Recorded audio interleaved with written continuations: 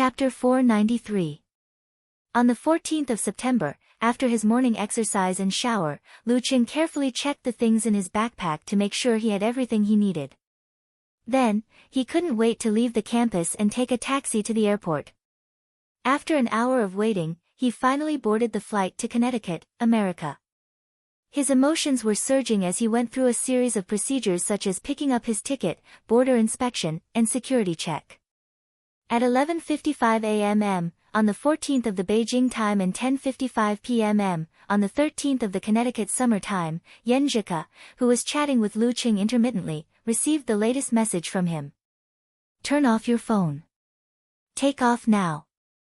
Yan Zhike's eyes lit up instantly. She picked up her phone and typed quickly. She typed 2 lines of words, but as she wrote, she felt that the words were not enough or too straightforward to express her thoughts accurately. So, she deleted all the words and only replied with a nodding like a chicken pecking rice emoji. "Okay." She clicked send and put away her phone. While she was working on the report, she pressed the button several times to see if there were any new messages from Lu Qing. After waiting for a while, there was no reply. She checked the website again and confirmed that the flight had taken off successfully. She endured the throbbing in her heart and finished all the reports and leftover homework for this week. She didn't have to do anything else on the 14th, which was Sunday. Yan Zhike twisted her body and stretched herself. She took off the rubber band and let her hair fall down smoothly. Her hair was shining with dark light. Then, she took her pajamas and went into the bathroom. She washed her hair seriously until her face was rosy and moist. "I think I value you enough." Yan Zhike wrapped her wet hair with a dry towel and wiped the fog on the mirror. She looked at herself gently biting her lips and laughed in a low voice. Someone always said that he valued girls more than him. She thought for a moment, then applied body lotion and a facial mask. When her hair was completely dried, she suddenly remembered something. Her cheeks flushed even more as she took out another bottle of cream. Her eyes rippled as she applied the cream on her thighs. She pushed it down, past her knees, to her ankles, and stopped at the tips of her feet. "Humph!" Yan Zhike snorted inexplicably. On the flight, Lu Qing, who had always been thrifty, booked the economy class. Even so, the round trip cost him nearly 20,000 yuan. Because of this, his savings were only a little more than 2,450,000 yuan. Phew, this really isn't a long-distance relationship that most people can afford. Lu Qing looked at the plane ticket and came to a similar realization. Wasn't the purpose of strengthening oneself and becoming better so that one could withstand these tests? The internet wasn't available on the plane, but Lu Qing didn't feel bored. Sometimes, he would meditate and meditate, cultivating the nuances and consolidating his inhuman stage. Other times, he would imagine his meeting with Yan Zhike and their interactions for the next half a month. When his thoughts were at their most scattered, he even sketched out the future, living one life after another with the girl. Of course, not feeling bored didn't mean that he wasn't anxious. He only hated that the flight couldn't arrive immediately, and hated that his ability couldn't be used in this matter. As for the bumpiness of the long-distance flight and the narrowness of the economy class seat, it did not make him feel uncomfortable. There was no sign of back pain. An inhuman is an inhuman. On the way, there were in-flight meals provided. After they were done, the stewardess handed out the entry card and declaration form to each passenger. They could ask for a Chinese template, but they had to fill in the form in English. With Coach Yan's cramming before the exam, Lu Qing finished it easily and clipped it into his passport. They didn't speak for the rest of the journey. The flight began to descend at 4:40 p.m. on the 14th of September in Connecticut. Through the window, Lu Qing could see a magnificent and vast lake, a river flowing through the city, and a cluster of modern high-rise buildings. This was a very important city in America. It had developed industries such as finance, steel, food, and manufacturing. It had a complete logistics system and convenient transportation. Not to mention, Connecticut University, which was located here, was famous in the field of economics. Nearly one-third of the top scholars who had won awards in this field were from this university. It's said that there's a martial arts sect here that's considered outstanding in the whole of America. It's called Jaruga or something.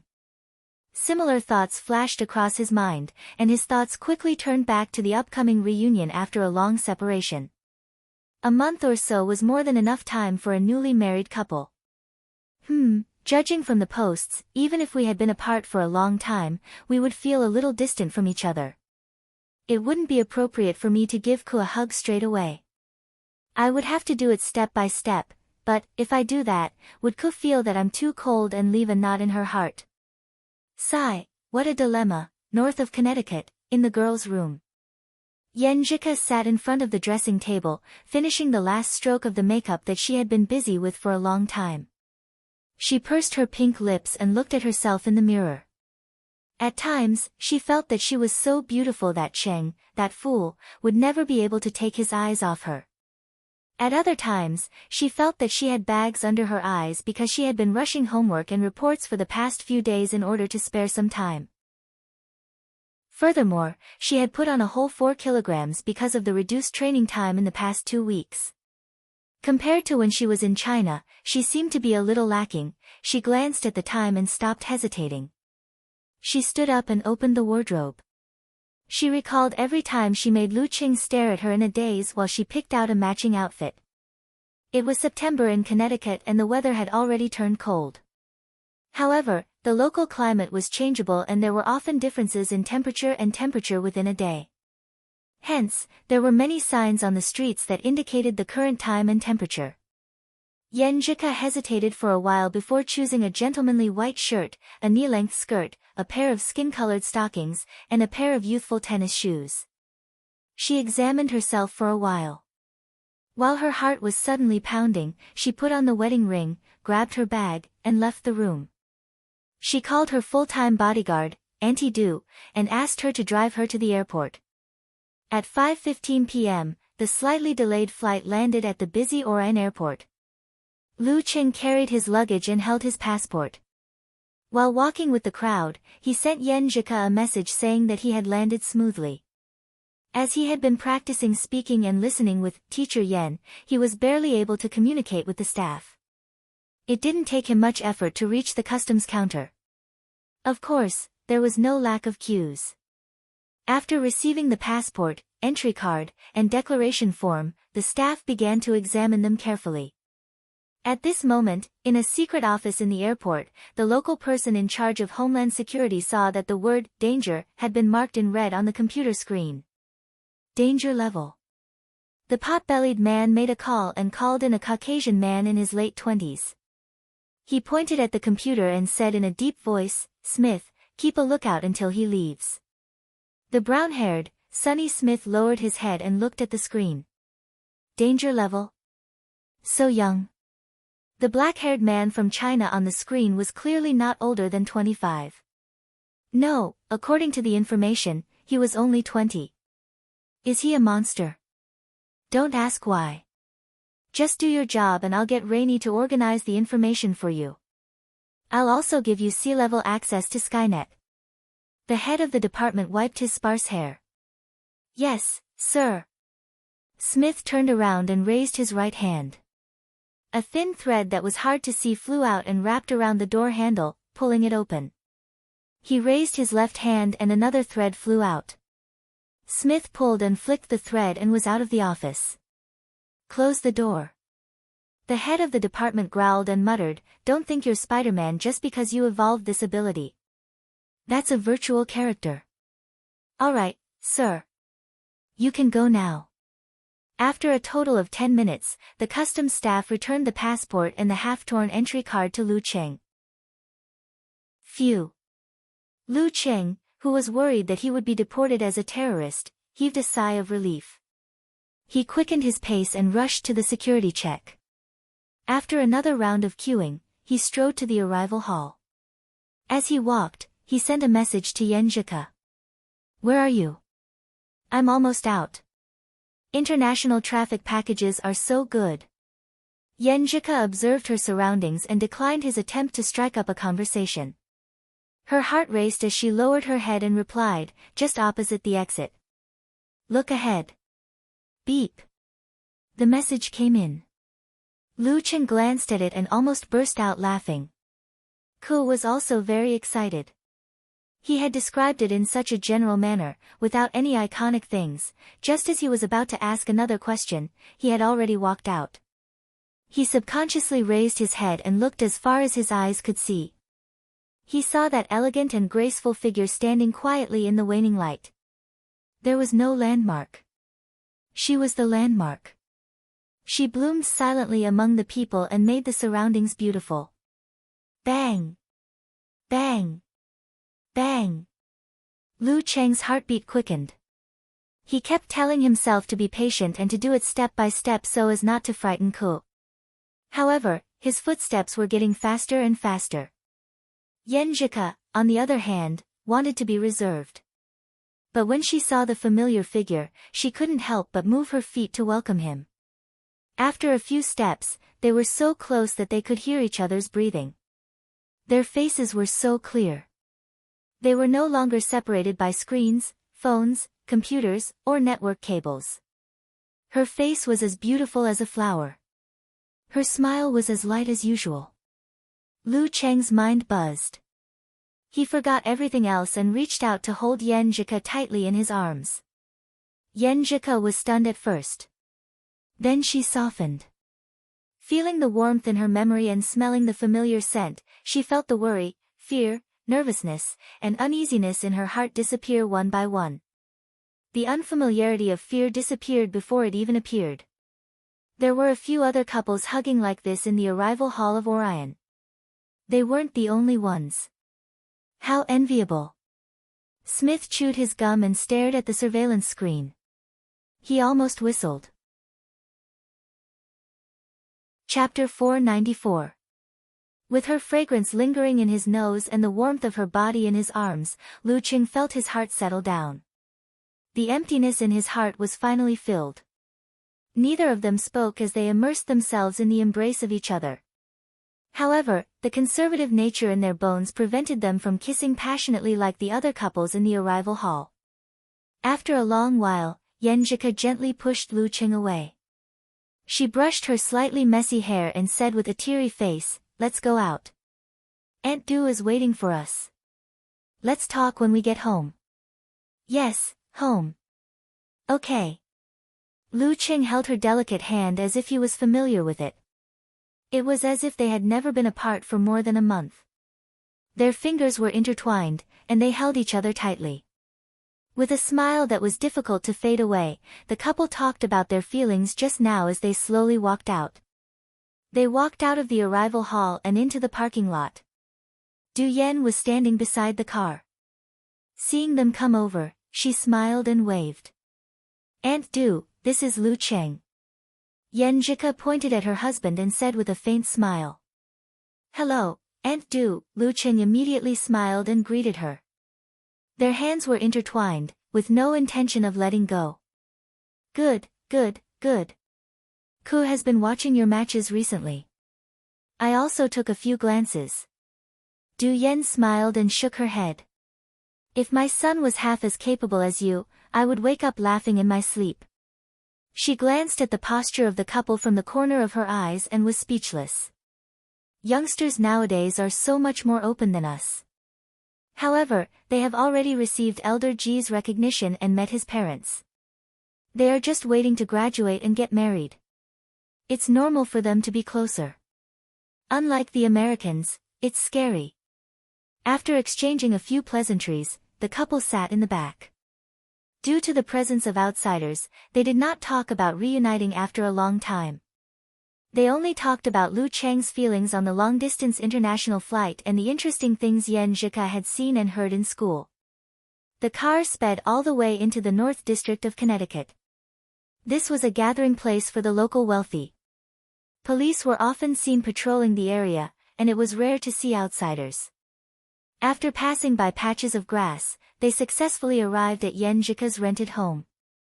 Looking at the sky, Du Yan smiled and said, "You guys get off first. I'll go to the garage and prepare dinner." The food on the plane is not good and it's not enough. Yeah. Lu Qing expressed his agreement. Whether it was delicious or not was up to the individual, but the portion was too little for him at the moment. Every time, he had to be thick-skinned and ask the stewardess for 2 more portions. Even so, he was only 30% full. Previously, all he could think about was Ku, so he didn't feel hungry at all. But now, he could hear his stomach rumbling. Yenjika also sensed it. She held back her laughter and pulled Lu Qing out of the car. Then they walked quickly to the gate. Since you're so delicious, I'll give you my share too. Her eyes sparkled as she pursed her lips and said. What about you? Lu Qing wasn't willing to let his little fairy go hungry. Yenjika pouted slightly, wrinkled her nose, and replied with grief and indignation, I've gained 4 pounds. You still dare to eat it? No, I didn't feel it when I carried you just now. Besides, with your strength, this weight is a lot lighter. Lu Qing comforted Ku. At least you're tactful. If you dare to say that I'm really fat, Yenjika's eyes twinkled. She pursed her lips and said, it's true. It was okay when we were in the language short-term class. But after the official start of the semester, we had to connect with the curriculum in our country. The schedule was tight. Also, the professors here love to give homework. Sometimes, we have to work in groups. There's a girl in our group who's dragging us down, so we're so busy every day. We sleep very late and don't have much time to train in the morning. That's why our weight keeps increasing. She swung her arm up to represent her weight. Luckily, I don't think you're heavy anymore. Lu Qing emphasized again. He wouldn't say that he always thought that Ku was on the thin side. A little meat would be better. I'm a good youth who grew up with all the tricks of Coach Yen. How could I make a mistake on such a simple matter? While talking, he followed Yenjika into the house. It was a 2-story building. The exterior didn't reveal anything, but the interior was luxuriously decorated. You'll stay in my mom's room. It's on the 2nd floor like mine. Aunt Du will stay downstairs. Yenjika explained to Lu Qing the arrangements for this period of time. Okay. Lu Qing nodded without a care. It doesn't matter where I live. I'll move to your place anyway. Aunt Du is on the 1st floor. She won't be disturbed. Yenjika seemed to have sensed his thoughts. She glanced at him coquettishly. What are you thinking about? I'm thinking about you. Lu Qing couldn't help but laugh. He instantly found the ability to say sweet nothings in front of her. Pooh, you're obviously thinking about bad things. Yenjika spat and turned her head to the side. She was about to say something when Du Yen walked in. She had to stop herself and talk about the local customs of Connecticut with Lu Qing. As they talked and laughed, a sumptuous dinner was placed on the table because the ingredients had already been prepared. Yenjika picked up a few chopsticks and finished half a bowl of rice. Then she put down the cutlery and looked at her silly Qing stuffing himself with one hand. You're really not eating? Lu Qing asked again with concern. No, I'm on a diet. After this period of time, when I get used to the curriculum and have time to train, I'll go back to my normal diet. Yenjika answered seriously and resolutely. Okay. Why do I feel like you're more tired studying abroad than at home? Lu Qing sighed. Yenjika puffed up her cheeks and said, if I really want to learn well here, there will be a lot of homework and reports. It's not like what some people at home think, where they only have fun.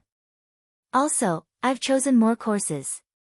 In order to finish school early, graduate early, and go back early to see you, then you have to train hard. A good body will give you a good spirit. Lu Qing reminded her. At this time, Du Yen brought out 2 more dishes. One was mashed potatoes in the middle, surrounded by roasted potato skin. The other was tomato oxtail soup. The red color was very attractive. Yenjika sniffed and looked straight at it. Then she picked up a piece of roasted potato skin and said, Cheng, Aunt Du's dish is really delicious. Really? Lu Cheng looked at her and waited for her to pick up food for him. However, Yenjika put the potato skin into her mouth. Her neat and clean teeth nibbled on half of it, and then she chewed and swallowed with satisfaction. Didn't you say you don't want to eat? Lu Cheng said, amused. Yenjika replied with a and raised her chin, replying, righteously and sternly, I'm trying to see if it's good or not. Well, not bad. Aunt Du didn't fail. You can eat now. Lu Cheng tried to hold back his laughter. He cleared his throat and said, then why don't you try the other dishes for me? Yenjika bit her lips and looked like she was in a dilemma. Finally, she looked up and nodded slightly. Since you're so insistent, at this point, she couldn't pretend anymore. She laughed first. Her voice was clear and the branches swayed. Then she said bitterly, you have to train with me tomorrow morning. Do you know that? Before Lu Cheng could answer, she had already picked up a piece of stewed beef and stuffed it into her mouth impatiently. Don't worry. Lu Cheng looked at his wife gently with a smile. After eating and drinking, they sat on the sofa and watched Du Yen tidy up the table. After you digest, I'll bake you cakes and biscuits. Sitting next to Lu Cheng, Yenjika was eager to show off her achievements during this period. I'm looking forward to it.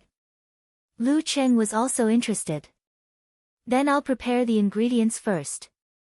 Yenjika stood up, put on her slippers, and walked to the kitchen. She was like a diligent little bee, going in and out, back and forth. It wasn't until now that Lu Cheng had recovered from some kind of excitement and noticed what his little fairy was wearing. It wasn't like before when he only had eyes for her, only her frown and smile. Other than that, he didn't pay attention to anything else. She's so pretty. His gaze followed the girl's figure from side to side. When Yenjika was almost done and came back, he remembered something. He pointed at the stairs with his chin and laughed in a low voice. Let's go to your room first. I'll give you the gift. Okay. Yenjika's eyes sparkled, but she pretended to be reserved. She led Lu Cheng to the second floor at a steady pace. On the second floor, Lu Cheng entered the girl's room. He put down his backpack, opened the bag, pulled down the zipper, and took out a book. Chinese home-cooked food. It's the thought that counts. Seeing the menu and hearing his words, Yenjika burst into laughter. Then she sat on the edge of the bed and watched her husband take out something else. Also, this amulet is made of silver.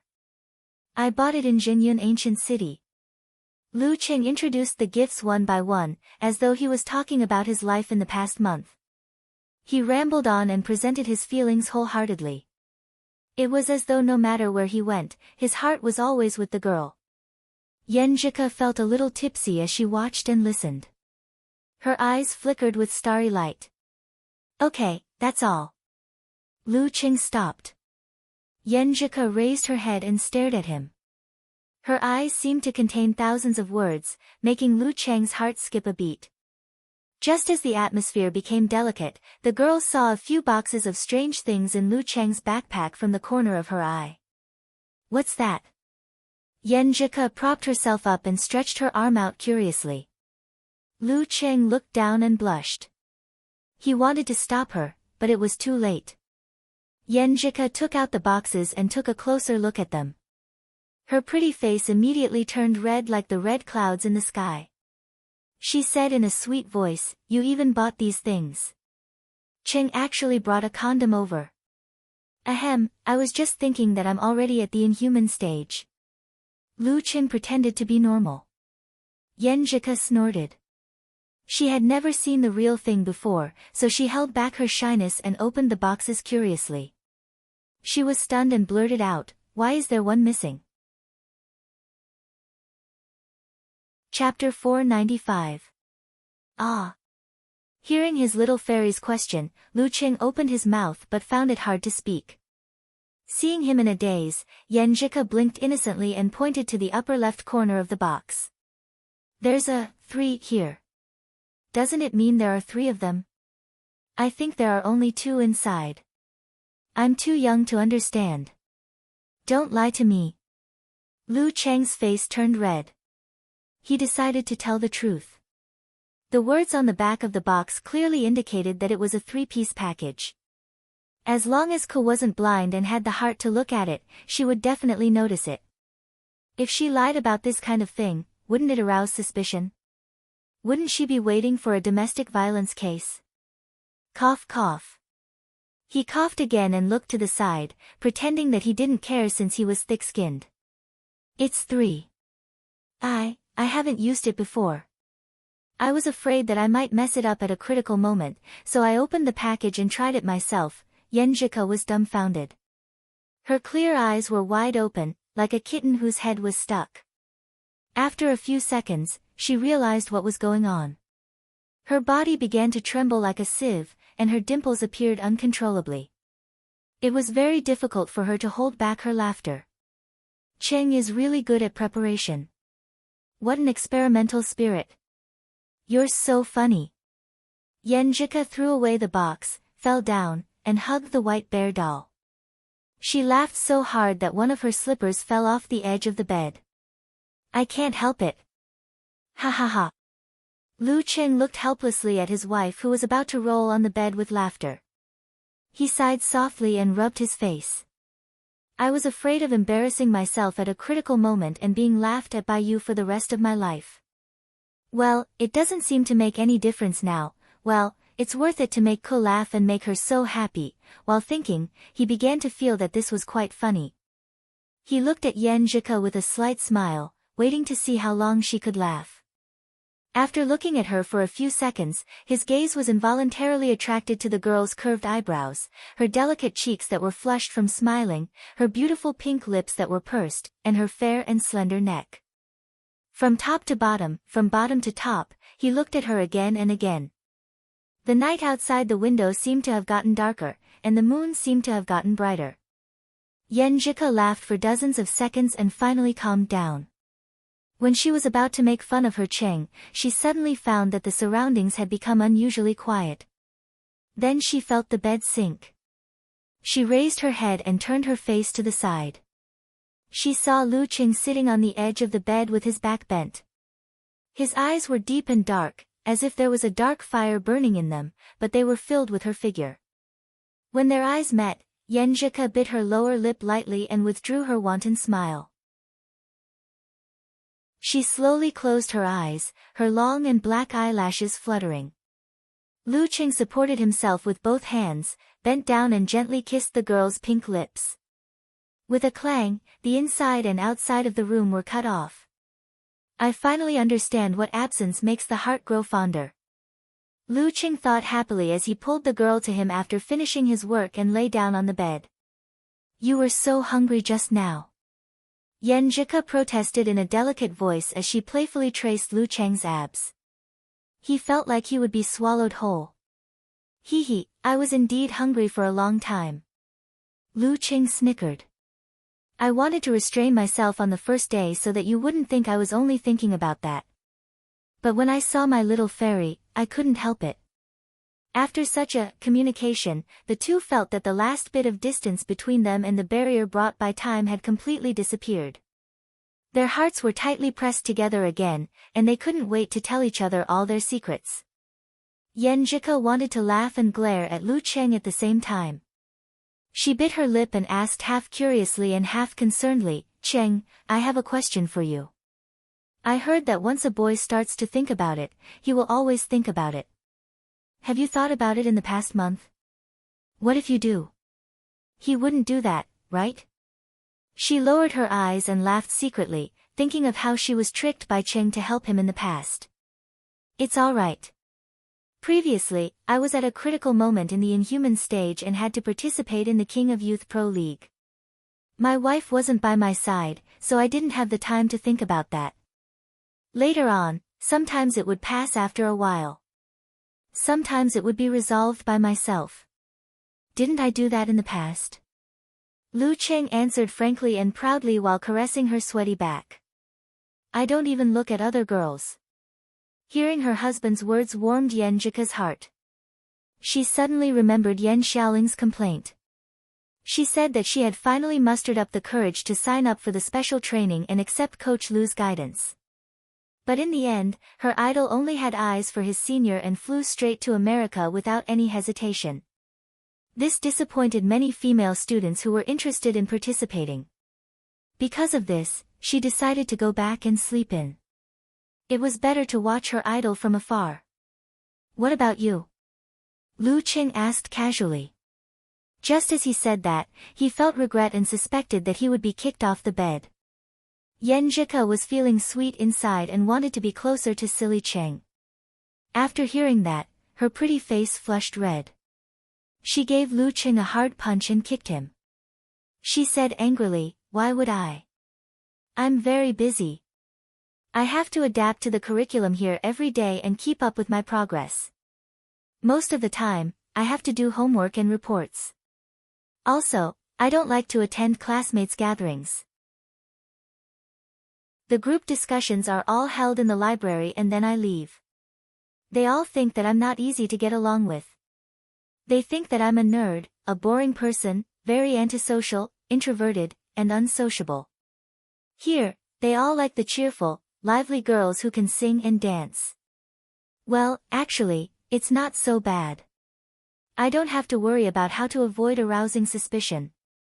As she spoke, she forgot about the problem and opened up her heart. She told Lu Qing all the grievances that she had mentioned before but didn't talk about them in depth.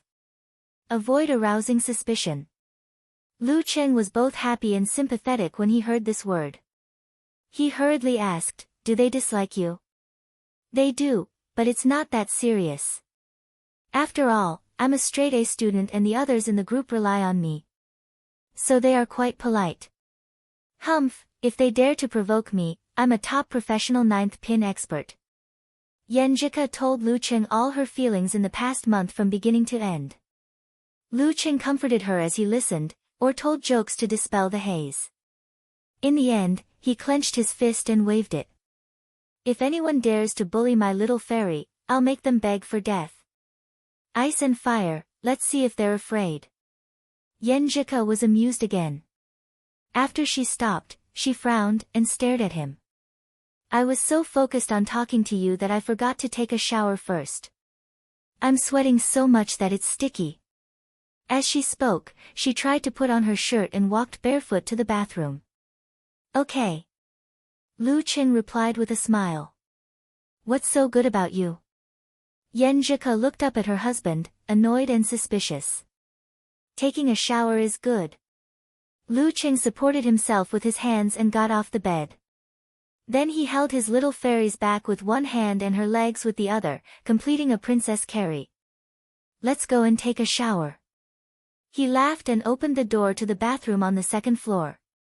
According to Ku, the soundproofing between the first and second floor was very good. If there wasn't anything strange, Aunt Du wouldn't come up here. Yan Zhika was completely dumbfounded. When she came to her senses, it was already too late. She quickly buried her face in Lu Cheng's chest and beat him fiercely. "You stinky hooligan." The sound lingered in the air, turning into the sound of water. After a while, Lu Cheng came out in a fluster. He rushed into the room, picked up the last box, and returned. The night was full of stars and wind. At dawn, Yan Zhika pushed someone away and sat up. Her cheeks were still red as she glared at him. "It's all your fault. The sun is coming out." She bit her lower lip hatefully, and said with a stern look. "Use the Je formula on me. I still have classes in the morning." Cough.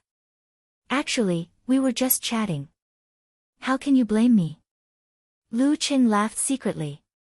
He visualized the ancient word in high spirits and formed the hand seal. He said in a low voice, "Sha." After using the secret technique, his spirit dropped. He said with a pained heart, "You should sleep on time next time. I always feel that using the Je formula to recover is evil. It's okay to use it once or twice, but it's harmful to your body in the long run. Okay, sleep on time." Yan Zhika chuckled and then put on a serious expression. She shook her fist and said, "I'll remember what you said." Ah. Lu Cheng was dumbfounded. After washing up, the two were ready to go out for their morning exercise. When they went downstairs, Yenjika glanced at the kitchen and suddenly exclaimed. "What's wrong?" Lu Cheng asked in confusion. "I said I would bake a cake and biscuits for you yesterday. I even prepared the ingredients. In the end, they didn't come down." Yenjika's face turned red inch by inch. She was so embarrassed that she almost couldn't lift her head. "Aunt Du didn't clean up. She must have thought that we would come to make them at night. And now, they are still there. Isn't it obvious?" "Pfft. It's fine. I just said I forgot." Lu Cheng was thick-skinned and didn't mind. Yenjika rolled her eyes and glared at him. She clenched her teeth and said, "It's all your fault." To this, Lu Cheng could only reply with a smile. After the morning exercise and breakfast, Aunt Du drove Yenjika to school. Lu Cheng followed her to liven up the atmosphere so that the girl wouldn't feel guilty in front of Aunt Du. When they arrived at the school gate, Yenjika tied up her hair and put on her huge black-rimmed glasses. "I'm going to class. You can walk around by yourself. The people here love to use slang. If you don't understand, you can just ask a few more times. Don't worry. I have professional translation software. I even downloaded the Google 3-piece set." Lu Cheng smiled and waved his phone. At this moment, Du Yen parked the car and accompanied Yenjika into the school. She would wait in a secluded area to prevent school shootings or violent incidents. American schools weren't exactly safe. Lu Cheng only retracted his gaze when the girl's figure disappeared. He opened the map and searched for martial arts centers or fighting venues nearby. One of his main goals in coming to America was to experience more martial arts of different styles. After confirming the direction, he followed the map and walked like a backpacker. After a while, he arrived at a 3-story building. There was a signboard here that said, "China Dragon Punch Dojo." "Ah, it's really Chinese." Lu Cheng stood at the entrance and looked around. He happened to see the receptionist at the front desk. She had long black hair and delicate facial features. Judging from her appearance, she wasn't Japanese.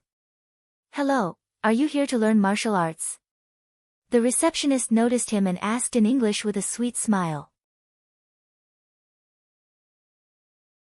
Chapter 496. Hearing the receptionist's question, Lu Cheng's mind spun quickly. He smiled and nodded. "I'm thinking about it. Can I go in and take a look?" He wasn't proficient enough in speaking and could only express his thoughts in a concise manner. If the so-called Dragon Fist was unique and different from others, and the martial arts masters were strong, he wouldn't mind paying to spend a few days here. He could also complete a private spar and not ruin the reputation of the martial arts masters. "Of course, I'll get someone to lead you in and introduce you," the receptionist replied with a smile, as though she had seen a business deal about to be done. She picked up the phone and spoke a few words. Soon, a skinny young man came out of the martial arts hall and greeted him warmly. "Chinese?" "Yes," Lu Cheng answered frankly. The young man in front of him didn't have a lot of chi and blood. He could barely see the muscles on his arms.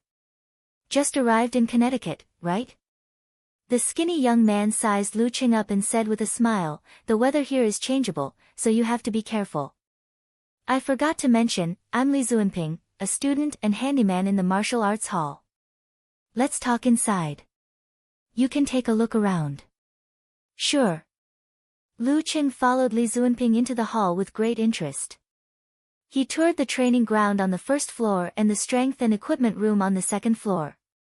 He found that the layout here was similar to that in China, except that most of the students were foreigners. Looking at the men and women with white, black, or brown skin practicing the horse stance and punching, it was a fascinating feeling.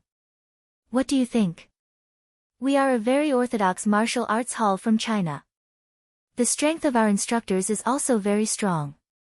A few of them have won the Connecticut Unlimited Fighting Championship." Li Zuanping did his best to introduce the place. "Have you practiced martial arts before?" If you are a beginner, we have corresponding courses and special training plans. Listening to the other party's long-winded speech and glancing at the ordinary punching and kicking practice, Lu Qing restrained his waning interest and replied with a smile, "Let me think about it. Do you have any promotional materials? Can you give me a copy to take home for a closer look?" Although the instructors here were able to make a sound with their punches and kicks, and from time to time, they would be able to break wooden planks and break bricks. The cracking sounds made the foreigners admire them, and they felt that the mysterious Chinese kung fu was indeed powerful. However, to them, it was really boring. The so-called dragon fist seemed to be an ordinary kung fu that had been modified to be closer to the local physique. However, there was a technique to rejecting. He couldn't just say that the martial arts hall was full of weaklings and that he didn't like them. Using "think about it" was an effective way to get away. "Yes, I'll give you a copy later. Let me tell you, our Dragon Punch dojo has 10 years of history, and we have 5 or 6 branches in Connecticut. We're definitely not the kind that scams people's money. Our dojo owner is called Zhu Hong, and he went to Nanyang after he made some achievements in martial arts. He's not very famous in China, so it's normal that you haven't heard of him.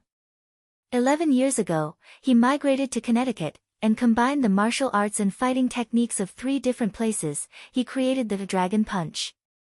Li Zuanping smiled. The competition in the local martial arts field in Connecticut is very intense. The fact that we can survive for 10 years proves many things. It sounds like a legend. Lu Cheng's interest was aroused again. He asked with a smile, "What about Master Zhu now? Maybe the characteristics of Dragon Fist can't be reflected in ordinary teaching practice. I can't be arrogant and blindly deny others. Master Zhu is a very busy person. He only oversees each branch for 1 day. And, the day after tomorrow, on Wednesday, he will come to our place. At that time, you can come and take a look and see the true Dragon Fist." Li Zuanping warmly invited. "When the time comes, you'll definitely be eager to join us." "All right." Lu Qing smiled and nodded. Accompanied by Li Zuanping, he took the documents and left Dragon Fist Hall. He lowered his head and opened the Google map again to look for other fighting venues. In the outdoor cafe across the street, Smith sipped a bitter liquid. Sometimes he would look at the surveillance footage on the computer screen, and sometimes he would look up at the dangerous backpacker-like figure. Yes, a truly dangerous figure. Smith had read the information provided by Rainey in detail last night and had an unusually deep understanding of the target he was monitoring. That was a mobile high explosive. Rolling waves of fire, huge explosions, and wandering cold light all appeared in Smith's mind. He couldn't help but let out an "oh" and scold under his breath. Those idiots at the embassy whose brains are full of sh*t. Why did they give this guy a visa? Why didn't the boss just deport him? Knowing that he was just complaining, Smith touched his small earpiece and lowered his voice. He instructed a few members of his team to change their positions to avoid being detected by the target. After doing all this, he raised his head and sipped his coffee while looking at the target in a manner of admiring the scenery. At this moment, Lu Cheng looked around blankly and coincidentally made eye contact with him. Smith's body tensed up. He didn't look away in a hurry and pretended that nothing was wrong. He nodded his head in a friendly manner and slowly looked to the side. His reaction was that of any normal American. Suddenly, he realized that Lu Cheng had moved. That dangerous figure was walking towards the zebra crossing. Taking advantage of the green light, he crossed the street and seemed to be closing in on him. Damn it! Smith quickly lowered his head and pretended to drink his coffee. He cursed in a panic. He couldn't have discovered something, right? Should I get up immediately and leave the scene or reveal my identity, explain the need to monitor him, and use legal terms to confuse him? While he was hesitating, a figure appeared in his line of sight. Lu Qing stopped right in front of him. With a whoosh, Smith's back was covered in a layer of cold sweat. Smith, this is what every man who wants to be Spider-Man has to go through. Show me your courage. He muttered, raised his head, and calmly looked at the Chinese young man who was marked with the word dangerous in red. Sorry, can I bother you? I would like to ask for directions. Lu Qing tried his best to make his smile amiable. Just now, when our eyes met, I decided to ask this fated person for directions. He looks pretty friendly. Smith almost raised his hand to dig his ears, suspecting that he had heard wrongly. He replied in a daze, no problem. I'm a martial arts enthusiast. Are there any famous martial arts training grounds around here? Lu Qing organized his words and asked expectantly. With Google's map, he wasn't afraid of finding his way. However, after searching for a long time, he couldn't find his next destination because of his headache from reading English. He even complained to his wife about it. Smith grinned, unfolded the lines on his forehead, and answered with a dazed smile, Saucy Martial Arts Arena, at the 7th Street. It's one of the important bases of the Jiruga martial arts sect. Base, understand? Understood. Thank you. A name flashed across Lu Cheng's mind, and he quickly confirmed the route on the map. He waved his hand, bade farewell to the kind brown-haired man, and walked towards the 7th Street not far away. Smith waved back reflexively. When he was far away, he wiped his forehead. His hands were wet with cold sweat. He's just here to ask for directions. Smith muttered. Why is he looking for a martial arts arena? He said he's a martial arts enthusiast. As he muttered to himself, Smith's expression suddenly changed. He stood up abruptly and knocked over a chair. Through the device, he issued an order to his subordinates. Monitor the Saucy Martial Arts Arena immediately. Mobilize the nets above, snares below. Gather manpower and be on the alert for danger level. A dangerous level martial artist from China heading to the Jiruga sect's martial arts arena was bound to give rise to bad thoughts. After more than 30 minutes, he finally saw the huge signboard of the Saucy Martial Arts Arena. The logo of the Jiruga sect was printed on it, a fist holding a trident. Below the signboard were the words, Saucy, and Saucy.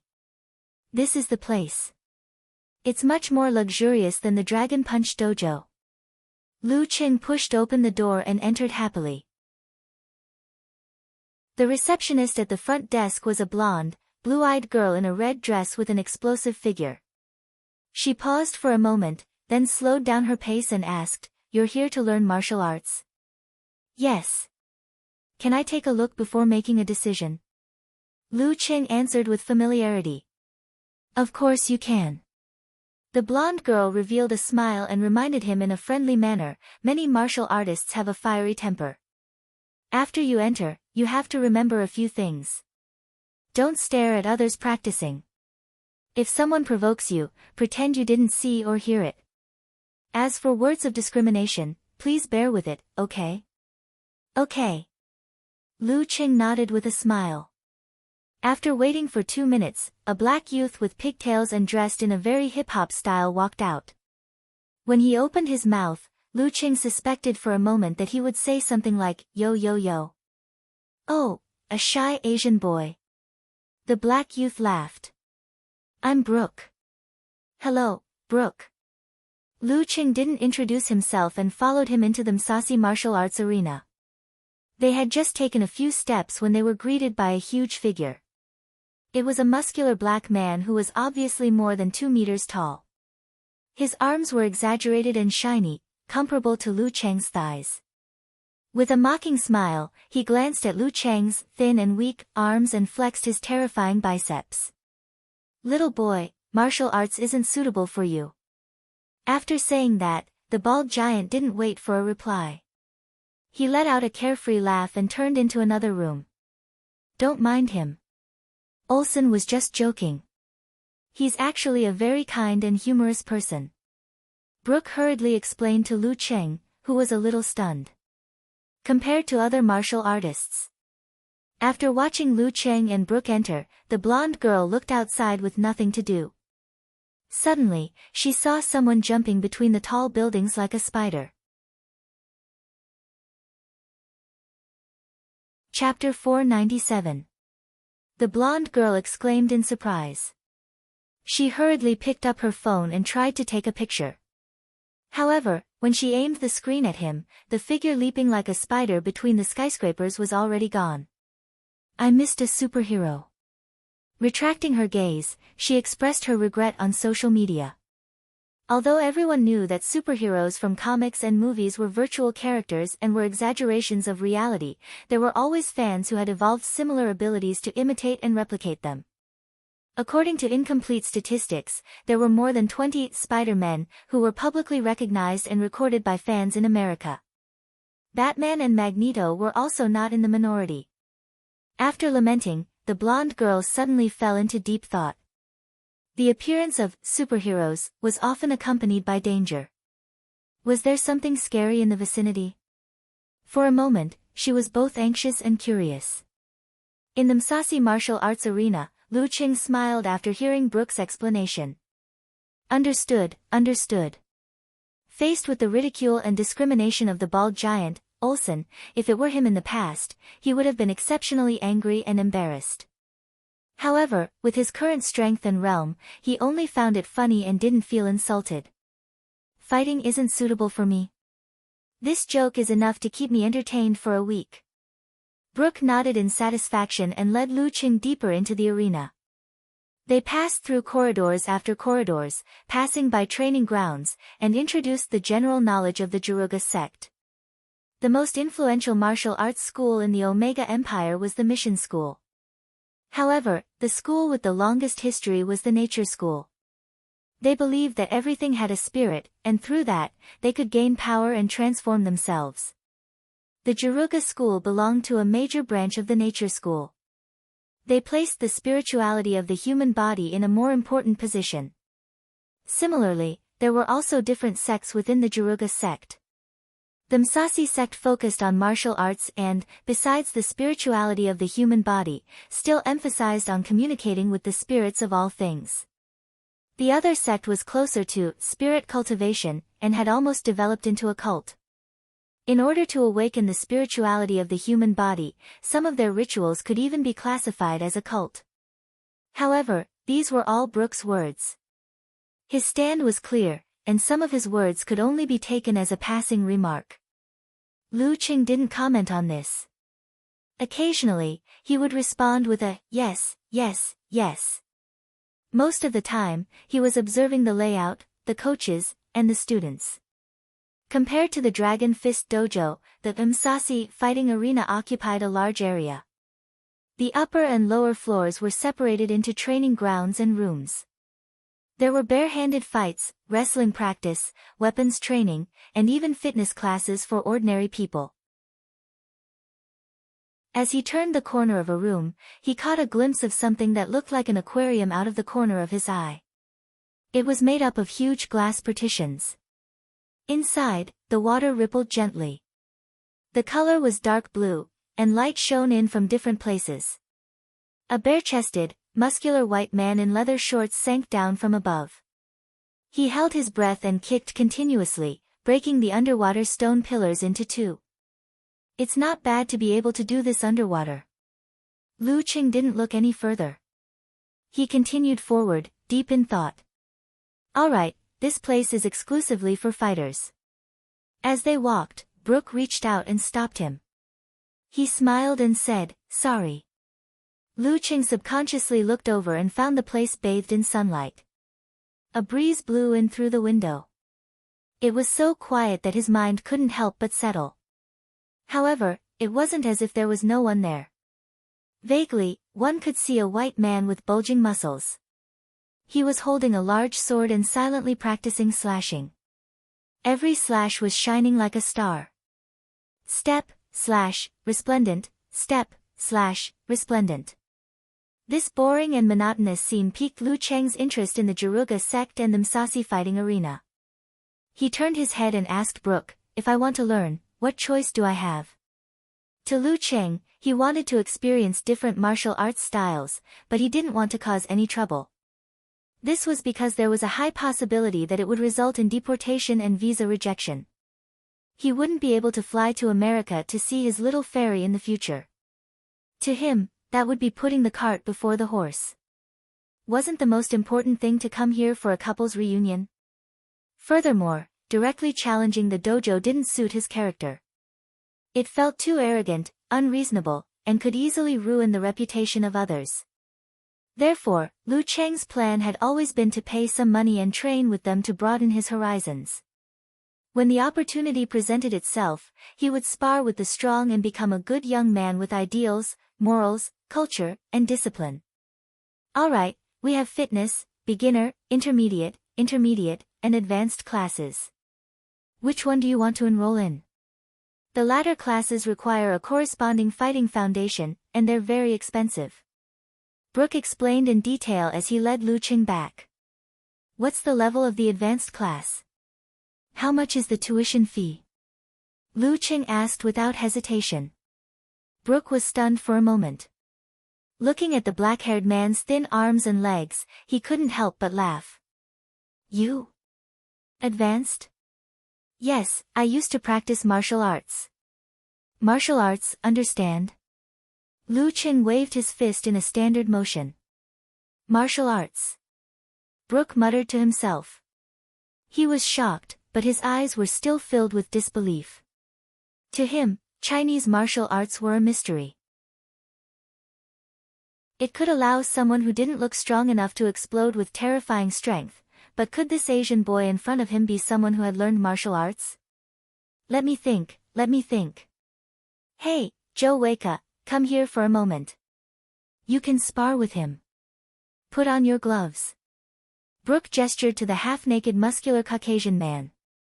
He was practicing his footwork and punches. Joe Weika had a broad forehead and cold features. He looked shy and introverted, but upon closer inspection, one could see the violent and bloodthirsty desire hidden within him. Brooke, stop joking. Joe Weika glanced at Lu Cheng, then glared at the black youth with braids. He wants to enroll in the advanced classes. Brooke shrugged helplessly. Advanced classes? Joe Weika seemed to have heard something funny. He shrugged his shoulders, laughing non-stop. When he was done, he turned around and put on his gloves. He looked at Lu Cheng and said, "Little boy, I'll let you know what an advanced class is. It's different from drinking milk in your mother's arms." Don't I need to use gloves? Lu Cheng asked casually. No need. Punch me with all your might. Joe Weika's eyes lit up as he answered excitedly. This is the first time I've heard such a request. Lu Cheng complained. He suddenly bent his legs, twisted his knees, swung his back, and sent a straight punch forward. Despite his complaints, he didn't use his full strength. He didn't even use the explosive power of the dance stage because it wasn't worth it. Bam!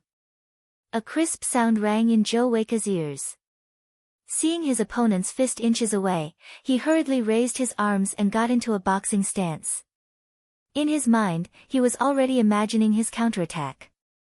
He was going to send this Asian boy crying and running back to his mother with a combination of punches. Bam! His gloves dented.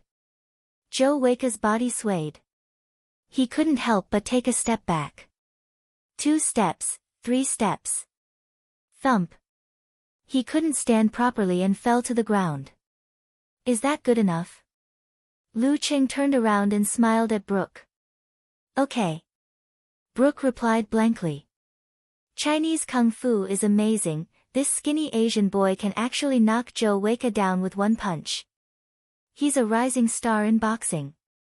How much is the tuition fee? Lu Cheng glanced at Joe Weika from the corner of his eye as he stood up shakily. It's fine if it's too expensive. I'll think of a way to broaden my horizons, from now until Christmas, $5,000. Brooke waved at the confused Joe Weika, indicating for him to return to the training ground. $5,000. That's a little expensive. Lu Cheng thought for a moment. Where do I pay? Follow me. Brooke was a man who had seen martial artists before. He quickly came back to his senses and led Lu Cheng in a different direction. He casually explained, our gym membership fee is $100 per month, not including personal trainers. The beginner class is $500, the intermediate class is $1,000, and the intermediate class is $2,000.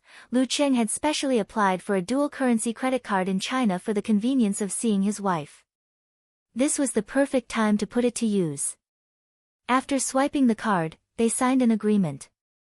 They agreed that they would be able to attend martial arts classes tomorrow for 4 hours a day. If they did well and performed well, they would be able to become an apprentice of the Msasi Martial Arts Gym, a true martial arts apprentice. During this process, Lu Cheng, who was dizzy from reading the agreement, even took a picture of Yan Zhika. In the end, both parties were happy. Brooke sent Lu Cheng off with a bright smile and waved goodbye. "See you tomorrow." Lu Cheng smiled and headed back to Connecticut University. At this time, Smith had just finished setting up the surveillance cameras to prevent any unexpected situations. He watched as Lu Cheng left the Msasi Martial Arts Gym. Left, damn it. What is he trying to do? Smith cursed. He used his Skynet access to check the Msasi Martial Arts Gym's internal network and some of the surveillance cameras. He signed up for a martial arts class. At this moment, Smith felt that the world was full of imagination. A dangerous level guy actually signed up for a martial arts class that wasn't even an apprentice. After a few seconds, he came to a realization. He remembered a few cases where Chinese martial artists had challenged the martial arts experts as soon as they entered the country. They had caused a lot of trouble and could only be sent back. This monster is trying to use other methods to achieve his goal. Smith nodded slightly. Should I remind the Msasi Martial Arts Gym? A question popped up in Smith's mind. He quickly found the answer. Why should I? He smiled and drew a cross in front of his chest. Chapter 498. After leaving the Msasi Martial Arts Gym, Lu Cheng decided to stop looking for similar places since he had already decided to start his classes the next day. Meals had to be eaten one bite at a time, and the martial arts schools had to be experienced one by one. He would be coming here once a month. Wouldn't it be boring if he wolfed down everything in one go in the future? He looked at the time, put his hands in his pockets, and returned to Connecticut University. When he passed by a street with more Chinese people, he happened to see a large supermarket. Lu Cheng took out his phone, took a picture, and sent it to Yan Zhika with a smirk. Do you want me to buy some groceries? I think I ate all your stock last night. After he finished typing, he roughly read it and changed your home to our home with a smile on his face. Then, he clicked send. After a few minutes, Yan Zhika smiled and said, Why do I feel like you are a house husband? An inhuman expert as a house husband. This character's setting is awesome. I'm giving him a thumbs up. Following that, she added, rolling her eyes, but I remember that we haven't gone grocery shopping together. Wait for me, I don't have class in the afternoon. Okay. Lu Cheng replied with a silly smile. He switched to the map interface and reconfirmed the route. Then, he put away his phone and walked forward leisurely. After walking for a few minutes, the wind that passed through the streets suddenly became stronger. The sky suddenly darkened, and the temperature dropped at a speed visible to the naked eye. Walala, as the wind reached its peak, the rain began to fall. Drip, drip, drip, drip. The weather in Connecticut sure is changeable. Lu Cheng, who didn't bring any rain gear, looked around for shelter. At this moment, he had an absolute reaction and noticed the raindrops falling. He flexed his muscles and moved his shoulders slightly. He immediately flung away the raindrops without staining his clothes. That's interesting. Lu Cheng's eyes lit up, as though he had found something fun. He quickly focused his mind and began visualizing. He formed an ice mirror in his heart and displayed the minute changes in various parts of his body. Compared to the past, his control after reaching the inhuman stage was so strong that it could be said to be abnormal. He felt as if his brain was like a supercomputer, instantly extracting the information collected from every part of his body and rapidly giving feedback, giving orders to each of them. His tendons bulged slightly and his veins pulled. Lu Qing kept flexing his muscles, shaking off the raindrops that fell on his body. From his shoulders to his arms, from his chest to his lower abdomen, from his thighs to his ankles. In the beginning, he was a little flustered. He cared about his brother, but lost his sister-in-law. He could care about his upper body, but he couldn't care about his lower body. He could care about his left, but he couldn't care about his right. As the rain fell, a few wet spots quickly appeared on the surface of his body, especially his head. Unless one was a physical invulnerability expert, one wouldn't dare to cultivate too deeply. Just by pulling on the skin and small muscles, one would definitely be slower by half a beat. Step by step, Lu Qing walked, leisurely, in the rain. He slowly grasped the rhythm and was no longer in a hurry. Everything was in order. It was as if he was immersed in a symphony, letting every part of his body play the role of different instruments, playing a beautiful melody in an orderly manner, intoxicating his soul. In the RV in the next block, Smith looked at the surveillance screen and shrugged. He said to his subordinate who was drinking coffee next to him in confusion. "Is he a poet? Why is he so happy to be in the rain? I don't understand. What a strange Easterner." The black-haired, brown-eyed member of the Homeland Security Bureau shook his head. The rain in Connecticut came and went in a hurry. When Lu Qing strolled to the outdoor cafe, the dark clouds had already dispersed and the sun shone into the wind. Huff. He exhaled and wiped the dense cold sweat on his forehead. He felt both tired and refreshed. That experience just now was great. It was as though he had become a god who controlled his body. He had the confidence to reveal everything within. Is this how it feels to have a breakthrough in Ice Mirror? Encountering gods in the void, self-reflection. Ice Mirror was said to be the most difficult martial arts below physical invulnerability. It was the core control of many of the ice sex martial arts. Not only was it difficult to master, but it was also difficult to improve. After Lu Qing completed his transformation and entered the inhuman stage, he thought it would become stronger. Who knew that it wouldn't improve at all? But today, he had a breakthrough for no reason because of the rain. After arriving in America and meeting Ku, my body and mind are satisfied. My latent impatience is gone, my mind is stable, and I already have the foundation. Is that why I was able to gain something by chance? Lu Qing thought, surprised, delighted, and amused. Damn it. Why does it feel like I'm practicing dual cultivation? He couldn't help but complain. He examined himself again. The rain just now was rather heavy, and he had just made a breakthrough in his control of Ice Mirror. It was inevitable that he would have trouble controlling his body. There were many wet marks on his body, especially on his hair, which was sticking to his body. However, after walking in the rain for more than 10 minutes, most of his body was dry. It was still unbelievable. Shaking his clothes, Lu Qing raised his right hand and wiped his hair, wiping off patches of frost and ice crystals. He switched to his other hand and wiped his hair again. A little mist spread out, and his hair was completely dry. Not bad. Lu Qing showed the satisfaction of a full meal. He walked to the bar counter of the cafe and ordered a cup of cappuccino on a whim. He found a table and sat down.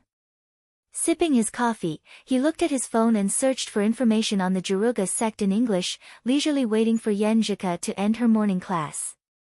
He had already taken a copy of the relevant information in Chinese from the Ice God sect, but it was still lacking. On the other side, in the RV, "Boss, look." The surveillance staff looked up in surprise and shouted to Smith. "What?" Smith put down his cutlery and looked over. His subordinate pointed at the screen and said, "Boss, he walked in the rain for 13.5 minutes, but only a small part of his clothes and pants were wet." Smith approached and carefully examined the playback. When he saw that Lu Qing had mistakenly dried his hair with the power of frost and flame, he suddenly understood and explained to himself, this should be some kind of application of his superpower. It's very detailed and wonderful. Write it in the report and add it to the data. Yes, boss. The staff cleared his doubts. At noon, Lu Qing met up with Yan Zhike and Auntie Du. They found a famous old Chinese restaurant and filled their stomachs. After that, the couple left Auntie Du to pass the time and went to the supermarket hand in hand. They went straight to the food section and saw a dazzling array of vegetables, fruits, and all kinds of meat. What do you want to eat? It's my treat. Yan Zhike showed her dimples and smiled sweetly. Lu Qing was stunned for a moment and said in annoyance, I forgot to look at the menu. I don't even know what to ask Auntie Du to cook tonight. Just buy whatever you want. Cough, I didn't think about this at all last night, forgot to look at the menu. Yan Zhike gritted her teeth and glared at him. Under the light, her cheeks became redder and redder. She snorted, what else do you remember? Ha, I'll look into it later. When I'm confident, I'll give Auntie Du a day off and we'll cook on our own. Lu Qing laughed embarrassedly, avoiding the important and dwelling on the trivial. The episode passed quickly. Yan Zhike pulled Lu Qing and Lu Qing pushed the shopping cart and walked to the front of the meat section. The girl looked at it with interest. She picked up the food and put it in the car with interest. She muttered, I'm not sure. This steak looks good. This cowboy rib is good too. Lu Qing listened in a daze, and then asked with admiration, you're right. Cool, have you bought here before with Empress Dowager and Auntie Du? Otherwise, how could she choose so quickly and confidently? Yan Zhike looked up at him and answered matter-of-factly, no, it's my first time today. Then what are your standards? Lu Qing blurted out in surprise. Yan Zhike glanced at him with a look that said, are you stupid, and said confidently, based on the price. Usually, the expensive ones are the best ones. That makes sense. Lu Qing was speechless. After getting the affirmation, Yan Zhike raised her head and put the meat she wanted into the cart. She added, look at them. They look better than the ones next to them. The texture is so beautiful. I can't tell. Lu Qing didn't dare to refute. He followed the confident Ku around the food section and watched her pick up the food excitedly. Finally, they went back to the vegetable section to replenish their vitamins and plant fiber. Qing, what is this? Yan Zhike pointed at a piece of green and asked curiously. Lu Qing stared at him and answered confidently, I'm sorry. I don't know either. I don't even know the words. Yan Zhike nodded in agreement. After that, they looked at each other and laughed inexplicably. After checking the words and knowing the scientific name, Yan Zhike still didn't know what it was called. Let's buy some and try it. With Lu Qing by her side, she was eager to try new things. Just like that, they bought 2 full carts and each pushed one to the checkout section. As they looked at each other, they suddenly had the subtle feeling of starting a family and living together. Their lips curled up. The couple lined up to pay. Although they bought a lot of food, it was not eye-catching because there were many people who bought a week's worth of food in one go here. Being good at using the freezer was a major feature of life in America. After paying the bill, Lu Qing easily picked up several large bags and followed Yan Zhike out of the restaurant. After passing by the 2 white students, they went out and waited for Aunt Du to drive over. One of the 2 white students turned around and looked at Lu Qing's back with a puzzled expression. What happened? The tall, strong, freckled, brown-haired student asked his companion in confusion. Nothing. The blonde youth with thick arms and devil tattoos shook his head. He just felt that the Asian youth with the bags of food looked a little familiar. The freckled brown-haired student didn't dwell on the question and said, George, we can't become martial arts apprentices. Why don't we try out Chinese martial arts? You saw the King of Youth League. Peng and Lu are very good. Let me think about it. The blonde youth frowned in distress. Back at home, Yan Zhike started her homework, Lu Qing started his daily exercise, and Du Yan prepared dinner. By the time they finished eating, the sky was already dark. Yan Zhike went back to her room and turned on the lights, illuminating the room with a faint yellow glow. Just a little more and I'm done. This professor gives the most homework. The girl stretched and complained to Lu Cheng. Then she buried herself in her homework. At this moment, she noticed Lu Cheng bringing a chair over and sitting beside her. He turned on the table lamp to make the light brighter. Then he sat down silently with a book in his hand. He studied it seriously and accompanied her in silence. "Cheng, what are you reading?" After a few minutes, Yenjika couldn't hide her curiosity and turned her head to ask. Lu Cheng waved the book and smiled. "Recipes." "Pfft." Yenjika snorted and pursed her lips. She turned her head and looked to the side. The dimples on her cheeks deepened. She felt that the light in the room was very warm.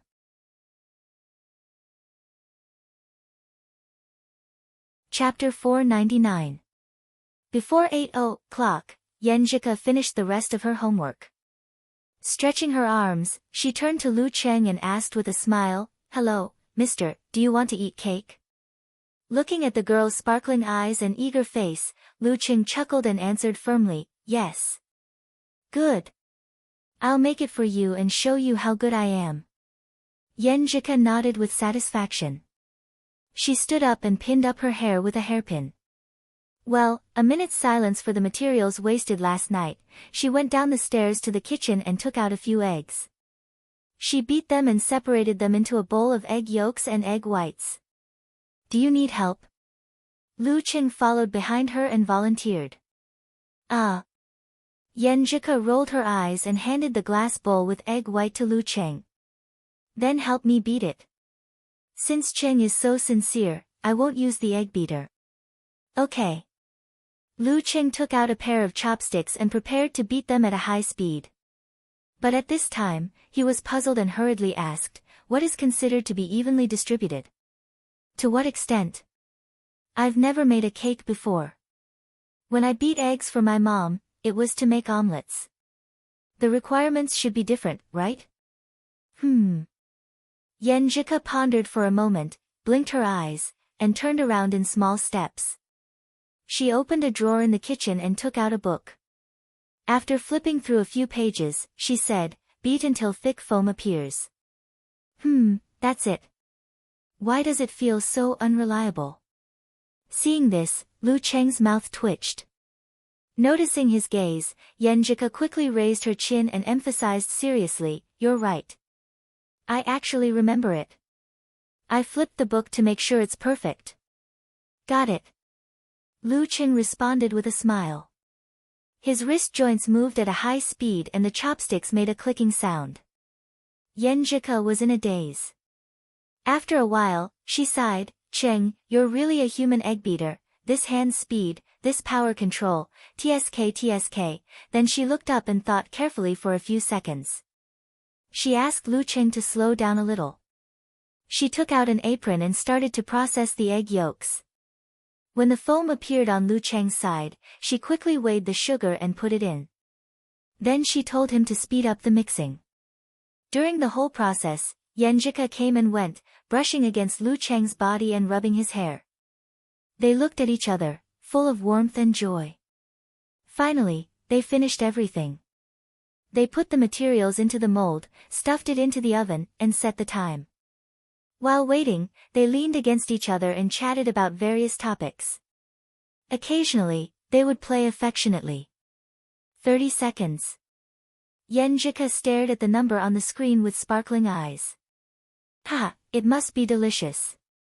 Lu Cheng encouraged with anticipation. After they exchanged a few words, sounds could be heard. The cake was about to be baked. Okay. Yenjika turned around spotty.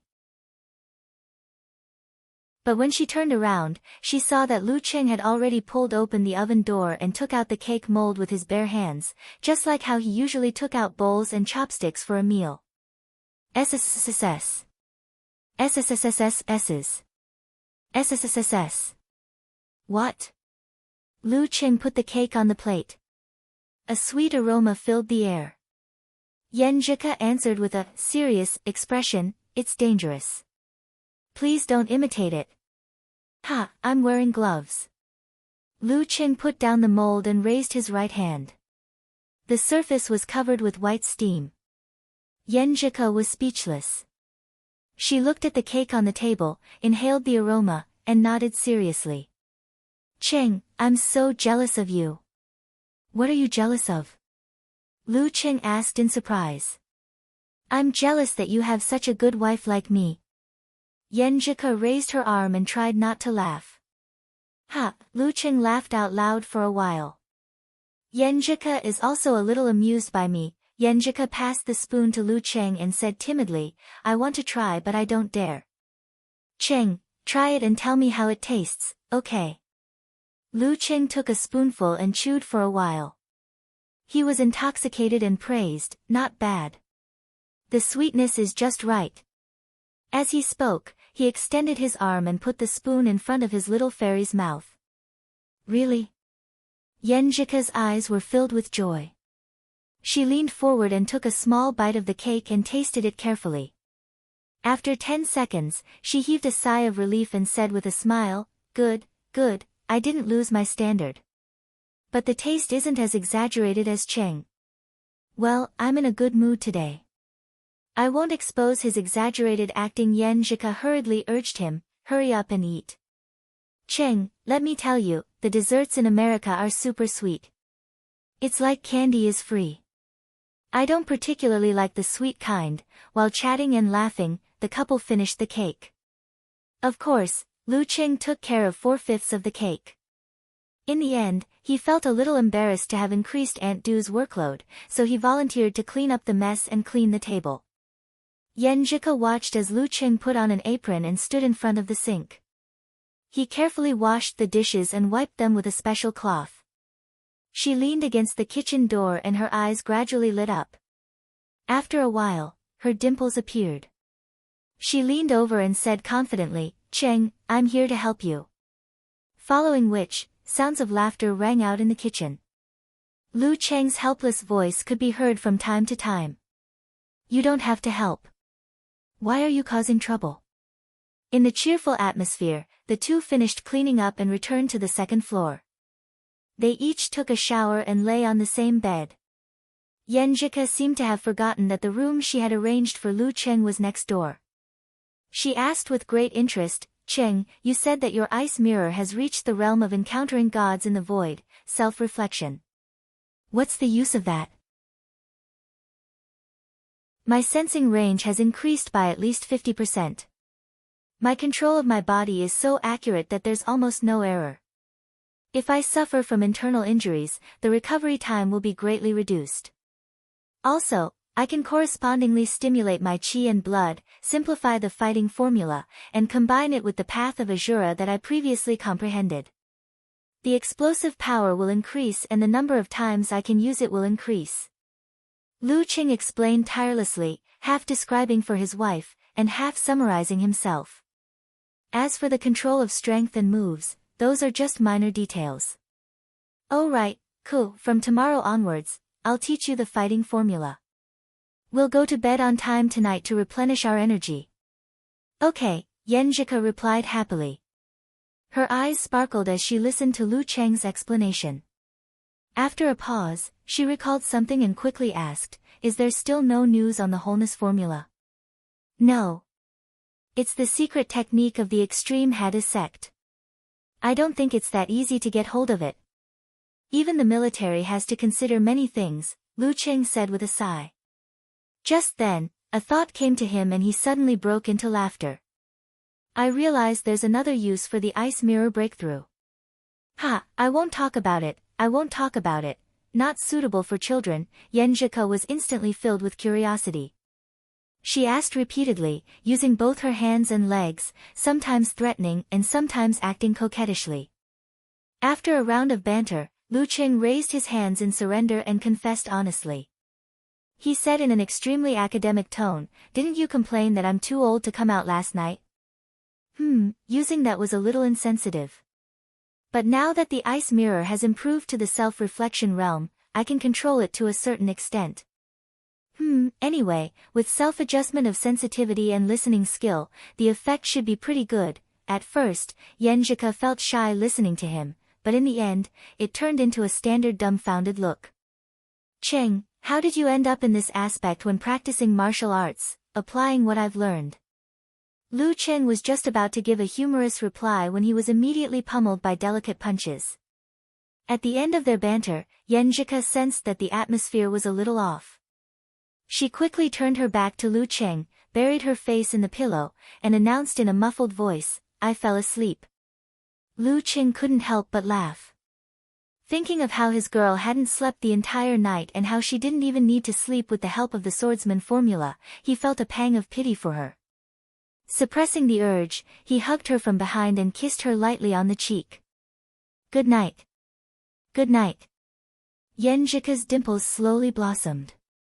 The next morning, the two woke up feeling refreshed. Lu Cheng found a pen and paper and wrote the fighting formula. After finishing his training and breakfast, he continued on to the campus of Connecticut University. After waving goodbye to Yenjika, he took a detour to the Musashi Martial Arts Gym. When he passed by a block, he suddenly heard gunshots. He saw two armed robbers wearing balaclavas running out of the bank in front of him. They seemed to be a white man and a black man. "Hey, is there a chance to crack down on crime?" Lu Cheng's spirits were lifted. He was eager and excited. Just as he was about to make a move, a figure flashed past and knocked over one of the robbers with a bang. The figure was dressed like Superman. Just as he was about to dodge and attack the remaining robber, a net made of silk threads fell from the sky and enveloped his target. Whoosh! Whoosh! Whoosh! Another two figures rushed over. Lu Cheng was a little dumbfounded. There are too many superheroes in America, aren't there? It's just a case of robbing a bank, and there are 3 of them. In the next block, Smith, who was watching the surveillance footage, laughed out loud. These 2 bastards sure are unlucky. 3 superheroes happened to be having breakfast nearby. At this point, he silently added another sentence. And a dangerous grade monster passed by. The incident in the morning passed in a flash. Lu Cheng shook his head and left the scene. He had some thoughts in his mind. Since the Americans are so passionate about acting as superheroes, will there be people acting as them? No, let's not talk about acting. Will there be people imitating high-end, perverted criminals? This seems to be their tradition. I have to go back and collect information to see if there are similar criminals in Connecticut. Could it be possible for them to endanger Yenjika? I have to take precautions. Sigh, it's a pity that I'm not familiar with this place. No intelligence, no resources, no evidence, no clues. If I'm not careful, I'll cross the line and be deported. Otherwise, I could really come up with a Connecticut criminal cleanup plan. I'll visit them one by one and blow them up at one point. Lu Cheng's thoughts ran wild as he arrived at the entrance of the Musashi Martial Arts Gym. P.S. Connecticut criminals, who the F***ck did we offend?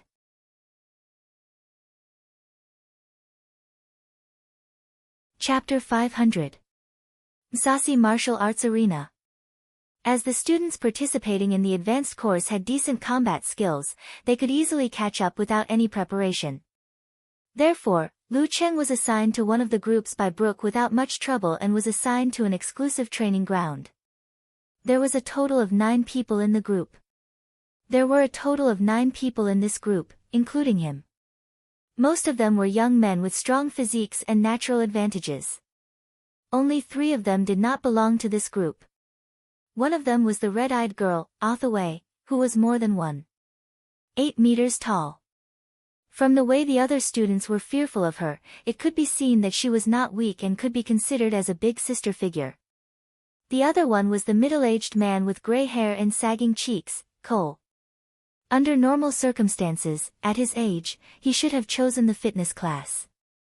However, he trained crazily more than anyone else. His eyes were filled with ferocity, and every punch and kick seemed to be filled with all his strength. As for the third one, it was of course Lu Cheng himself. His muscles were moderate and his strength was hidden. Therefore, he could not fully support his combat suit. Compared to the other students, he was shorter and skinnier. However, the other students did not discriminate or provoke him. Since he could join the advanced course, he must have a good foundation. Their speculations were quickly confirmed by Coach Lin Delo's introduction. This was an Asian kid who had practiced Chinese martial arts. After observing for a while, Lu Qing gained an intuitive understanding of the fighting techniques of the Jaruga sect. They used boxing as their core, mixed with jujitsu and wrestling, and were very good at using the body and restricting the joints. However, this was all part of the basic content, and was not shown at all when it came to the integration of the body's spirituality and the ability to communicate with all living things. With Lu Cheng's current insight, knowledge, and foundation, he joined the training after 20 minutes and got the hang of it quickly. It was as though he had been immersed in it for at least 5 years. Hathaway and the other students were amazed and speechless. Only the middle-aged man, Cole, was not interested in anything else.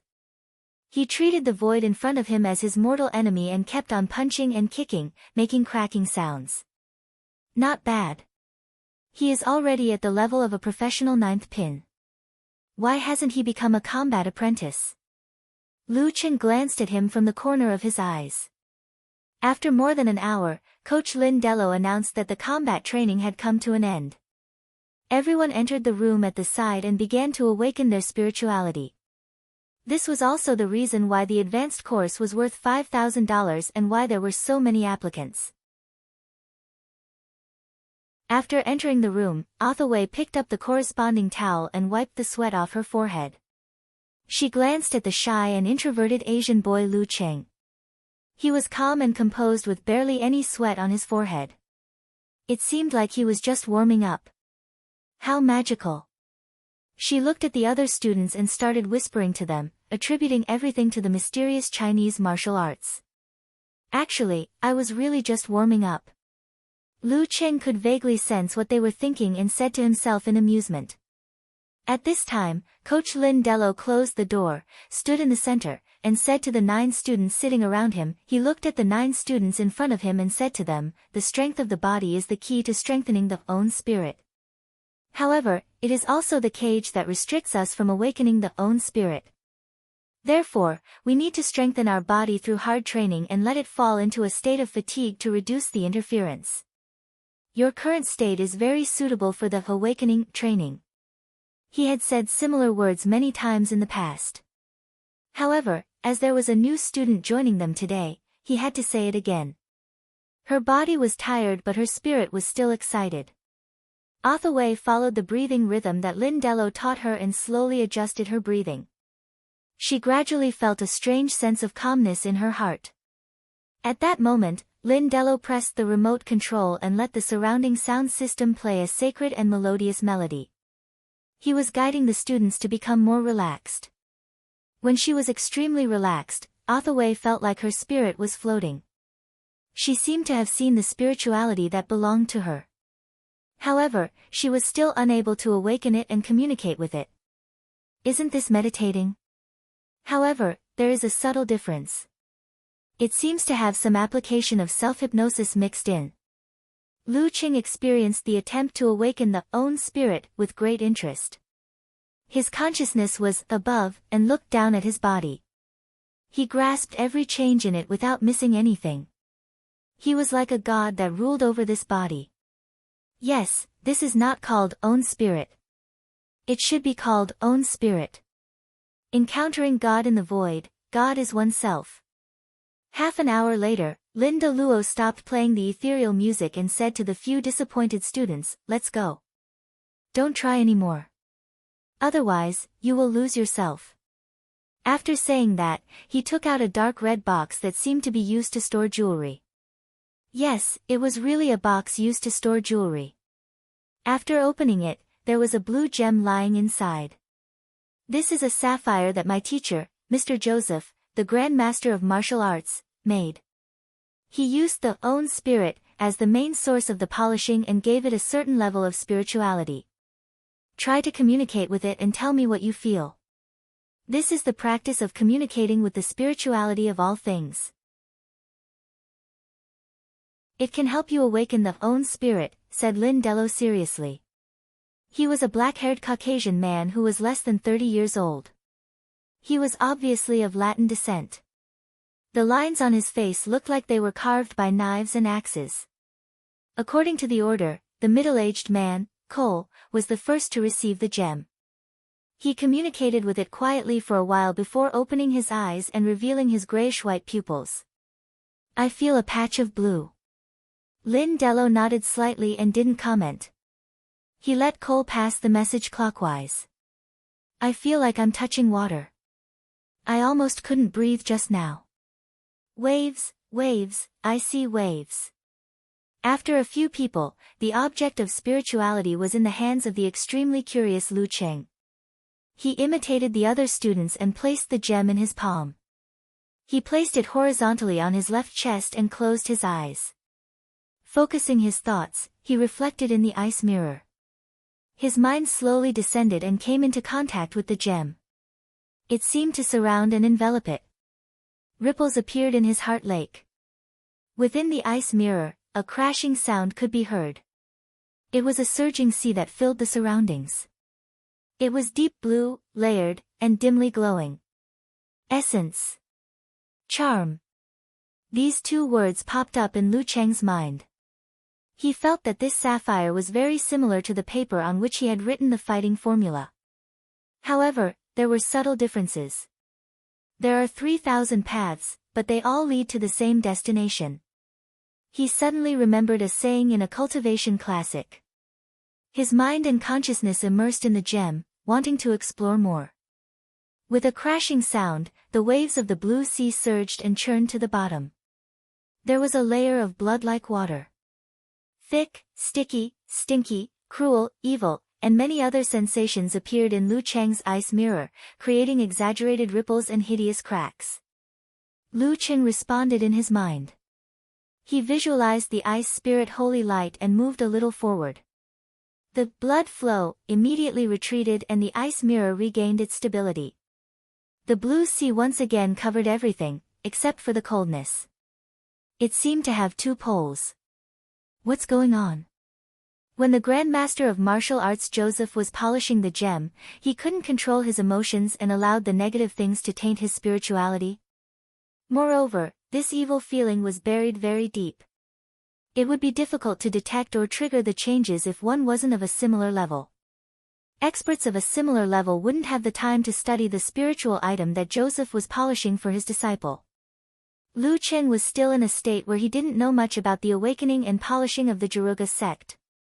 It was hard for him to figure out the real reason. He opened his eyes and briefly explained his feelings. The sea. Lin Deluo's eyes were filled with surprise. After a while, he nodded and said, "That's right. This Asian kid's spirituality is very strong." Seeing that no one noticed anything unusual, Lu Cheng secretly heaved a sigh of relief. He passed the sapphire to Othaway, who was beside him. Othaway got into position and communicated with him silently for a while. She opened her eyes happily and replied, "Coach, I see an iceberg." While Lu Cheng was speechless, Lin Deluo shook his head with a sour expression. "Othaway, you've regressed." Othaway's smile instantly collapsed. The two following students, one saying, "cold," and the other saying, "deep water," witnessed the remnants of Lu Cheng's influence gradually fading away without them realizing it.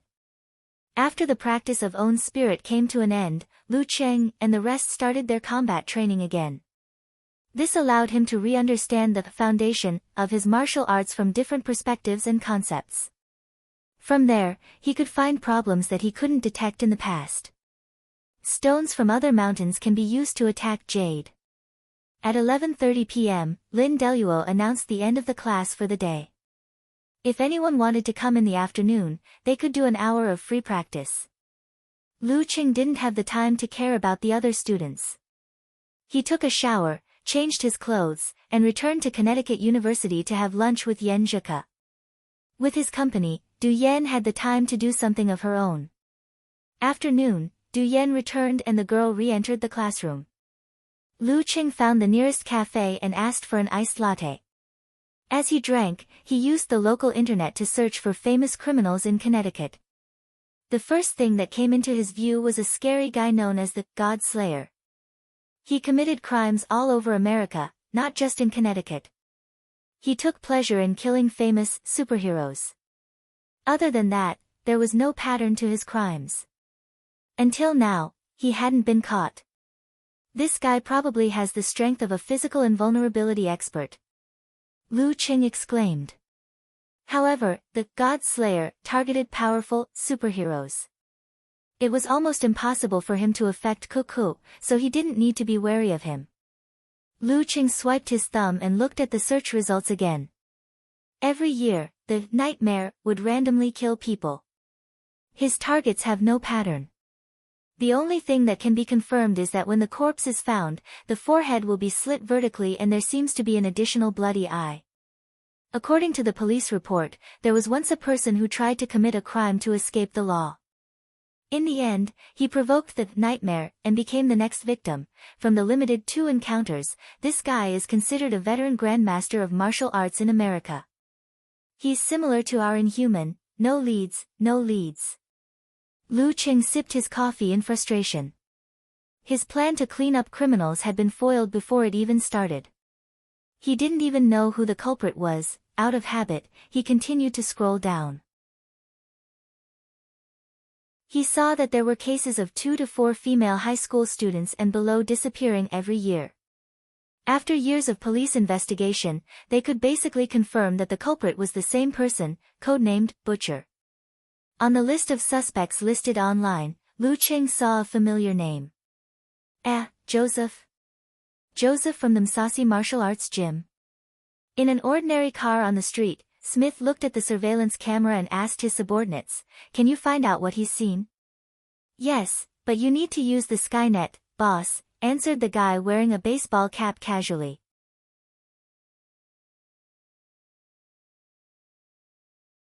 Chapter 501. Joseph. Seeing this name, Lu Qing immediately recalled his experience of communicating with the gemstone spiritual object in the morning. He remembered the sticky, smelly, evil, and cruel blood. That was a gemstone polished by martial artist Johnny Joseph with his own spirit. The tainted deep spirituality seemed to have originated from the negative factors at the bottom of his heart or his prolonged emotional loss. Thinking of this, Lu Qing perked up. He began to research why Joseph was listed as a suspect. The blood of a missing girl, Taylor, was found in the woods near his villa. His ex-wife spread the word that he believed in the devil and that he had cult books like The Pure Girl's Spirit at home. Another victim, Sonny's boyfriend, accused him of seeing figures similar to Joseph around the scene of the possible disappearance. However, the broken camera couldn't provide any evidence. Reading line by line, Lu Qing realized that these clues couldn't clearly prove that Joseph was the culprit. They couldn't even make him undergo a strict investigation. However, combined with the abnormality of the sapphire, he was somewhat confident. In an ordinary sedan on the street, a young man in a baseball cap was typing rapidly on the keyboard. "Boss, he's looking at famous criminals and cases in Connecticut." Smith was stunned. He took the laptop from his subordinate and slid his index finger across the touchscreen, reading the content that Lu Qing had read. This was feedback from the internet service provider. What is he planning to do? Does he want to play the role of a superhero? Asked the young man in the baseball cap, seeking to communicate. After a moment of silence, Smith slowly opened his mouth.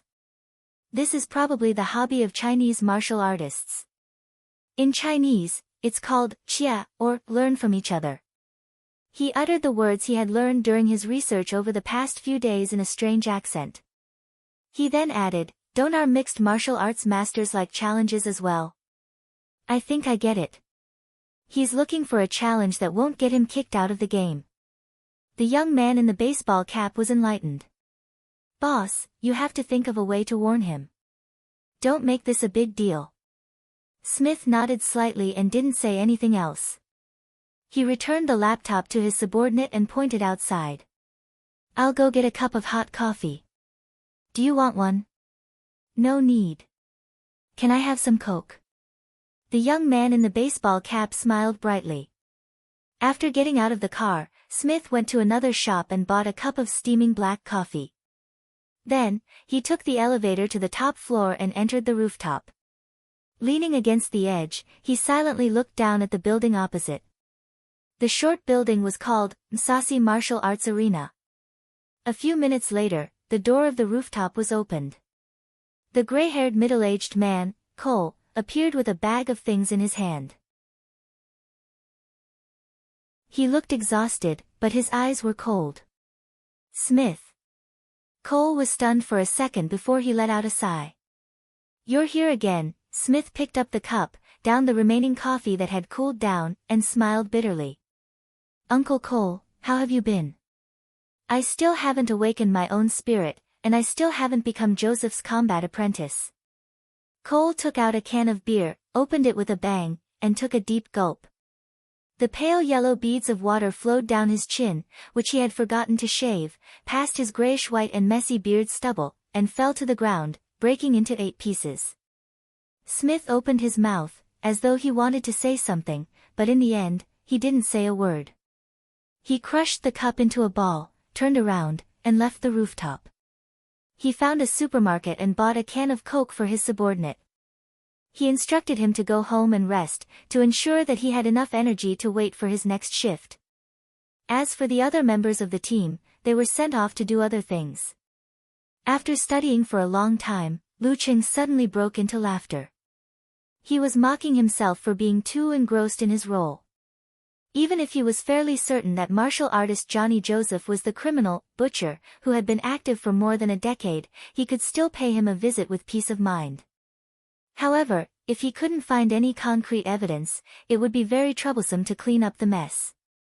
This was a veteran mighty one with a relatively high status. In this way, if he was not careful, he would become a criminal. In a place where he was unfamiliar with the people and there were not many resources to borrow, not to mention the serious consequences, the lightest punishment would be deportation, and his visa would be denied. This would contradict his most important request. Should he seek help from the military? They definitely have an intelligence network in America, but how should he ask? As the thought flashed through his mind, Lu Qing had already simulated the most likely conversation. "I'm going to deal with Johnny Joseph. I need intelligence support." "Why?" "He's a perverted criminal. He might endanger my wife." "Oh. Does he know your wife?" "No." "Does his target group include your wife?" "No." "Then why do you want to deal with him? Do you understand? There's a certain possibility." A small possibility. I want to take precautions. Please forgive me for not understanding your train of thought." Lu Qing shook his head and mocked himself when he thought of a similar scenario. He temporarily put aside the idea of visiting the butcher. Joseph's target should only be young girls. He wouldn't be able to find college students, not to mention Ko, who was just one of the many female college students. Even though perverted criminals like him are detestable and everyone has the right to kill them, and I also have a sense of justice, I still have to consider the actual situation. Lu Qing picked up his iced latte and drank the last mouthful. Seeing that it was still early, he decided to head to the Msasi martial arts gym for another hour of free practice. I can't relax my expectations of myself just because I'm already an inhuman and my strength is internalized. Even if I don't train, my realm won't regress. My target has never been an inhuman. The past doesn't count. Picking up his phone, Lu Qing walked out of the cafe. Just as he was about to identify the road, a car suddenly appeared in front of him and slowly stopped by the roadside. "Hello, Lu," greeted the driver with a smile. "Who's that?" Lu Qing looked over in confusion.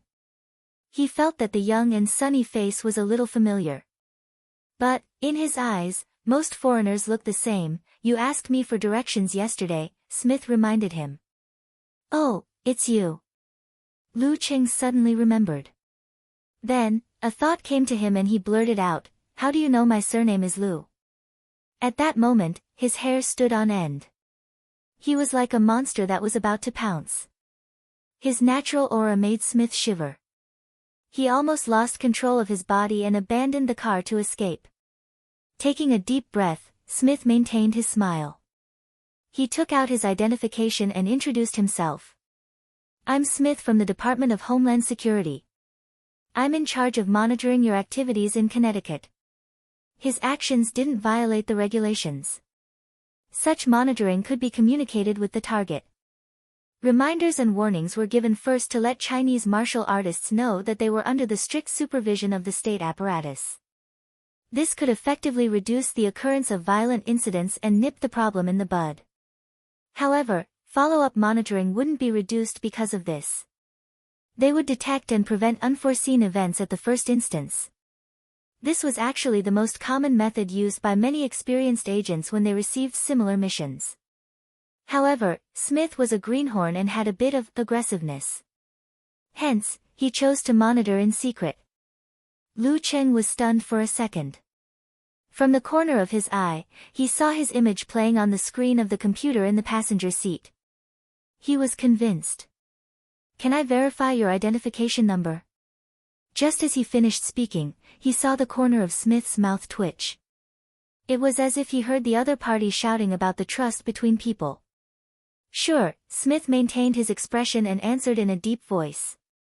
Lu Cheng searched for a way to verify. After confirming, he nodded and asked, "Mr. Smith, why are you looking for me?" He had long heard and could reasonably deduce that martial artists of his level would be monitored when they entered the United States. That was why he was so cautious about his words and actions. He didn't randomly challenge others to learn from. Now that he had met the head of the Secret Service in charge of monitoring him, he finally felt relieved. "Lu, let's talk in the car." Smith picked up the computer and pointed at the passenger seat. Lu Cheng was bold and had a clear conscience. He immediately pulled open the car door, sat in, and fastened his seatbelt. Smith was dumbfounded by this small action. It was like a magical fantasy. Why would a monster like this need a seatbelt? He calmed himself down, started the car, and drove to another street. After a moment of thought, he said, "Lu, you're investigating famous criminals in Connecticut. You want to spar with them? So that's why he's here to warn me." Lu Cheng seemed to come to a realization. He chuckled. "It's just a casual investigation. I've always been law-abiding." As though he didn't hear his explanation, Smith continued. "Actually, we still have some evidence on Joseph, more than what has been revealed. However, we can't form a complete chain of evidence. He's also a veteran martial artist with status and connections. He's on good terms with many senators and lawyers. We can't apply for a search warrant. Sunny is a very intelligent girl. According to the Jaruga sect, her father once heard the remnants of her cries and screams around Joseph's villa. He believed that there must be a criminal case and evidence buried there. As long as we could enter and search, we would definitely be able to find clues and arrest Joseph. But no one listens to us. It's been 5 years since a superhero tried to infiltrate Joseph's villa, but he was discovered and sent to prison. In recent years, whenever Joseph goes out, he'll get his students to guard the villa. He's also installed a high-tech surveillance and alarm system. Superheroes and detectives rarely interfere." Lu Cheng fell into deep thought. He nodded slowly. "You want me to visit Joseph, challenge him, defeat him, and give you a chance to search for evidence?" "You can say that," Smith replied in a deep voice. "But what if you fall out with him? What if you don't admit to it? And what does this have to do with Homeland Security?" Lu Cheng wouldn't trust a stranger's words so easily. Everything would be fine if they could find evidence. But what if they couldn't? The other party could simply be using him and wouldn't help to eliminate any future problems. Smith tilted his head and looked at Lu Cheng. His deep-set eyes were filled with sorrow and pain. "I'll take care of the alarm system here.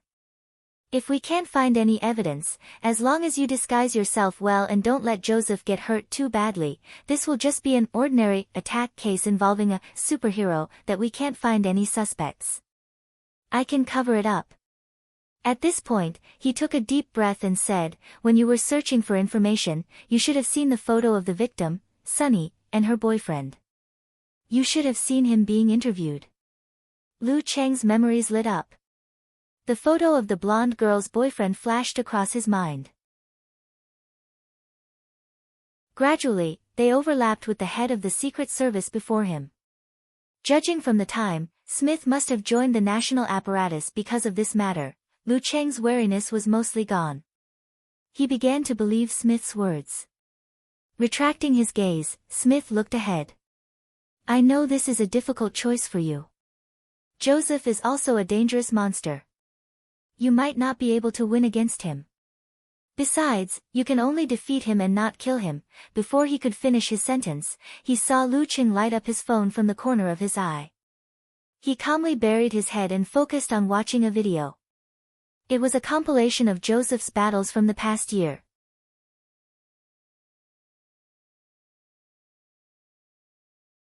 Chapter 502.